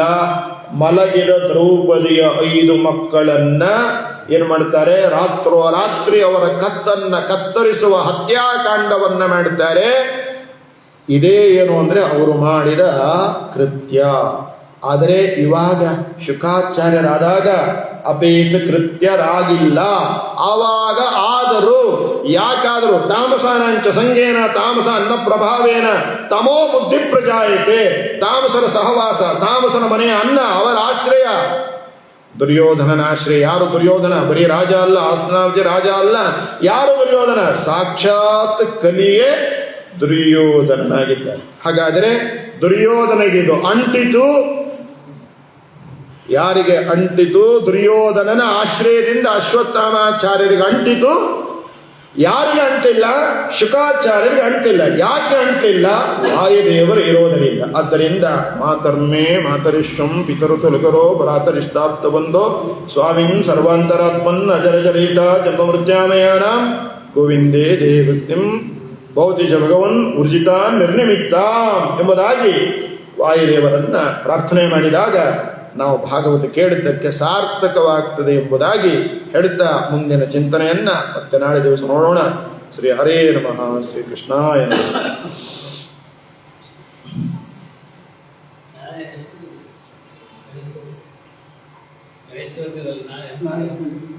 ಎಷ್ಟೊತ್ತಿಗೆ ನಾವು ಹೇಳಿ ನೀವೇ ಹೇಳಿ. 8:30 ಅದು ಅಲ್ಲ, ನಿಮಗೆ ಹೋಗಿ ಮುಂದೆ ಪೂಜಾ ಮಾಡೋರಿಗೂ ಅನುಕೂಲ ಆಗ್ತದೆ. ಇದೇ ಟೈಮ್, ಅದಕ್ಕೆ ಇದೇ ಟೈಮ್ ಇರಲಿ, 8:30 ಇರಲಿ. ಬರುವವರು ಅರ್ಧ ಮಾಡ್ಕೊಂಬರ್ರಿ, ಸಾಧ್ಯ ಆದವ್ರು ಪೂರ್ತಿ ಮಾಡ್ಕೊಂಬರ್ರಿ. ಹೋದ್ಮೇಲೆ ಮತ್ತೆ ಮುಂದೆ ಈಗ ನಾವು ಹಂಗೆ ಮಾಡ್ತೀವಿ. ನಮ್ದು ಅರ್ಧ ಪೂಜೆ ಆಗಿದೆ, ಅಲ್ಲಿ ಮುಗಿಸ್ಕೊಂಡು ಮತ್ತೆ ಮನೆಗೆ ಹೋಗಿ ಸ್ನಾನ ಮಾಡ್ತೀವಿ. ಹಂಗಾಗಿ ಅನುಕೂಲ. ಈ ದಿವಸದೊಳಗೆ 2 ಸ್ನಾನ ಮಾಡಿದ್ರೆ ಅನುಕೂಲ.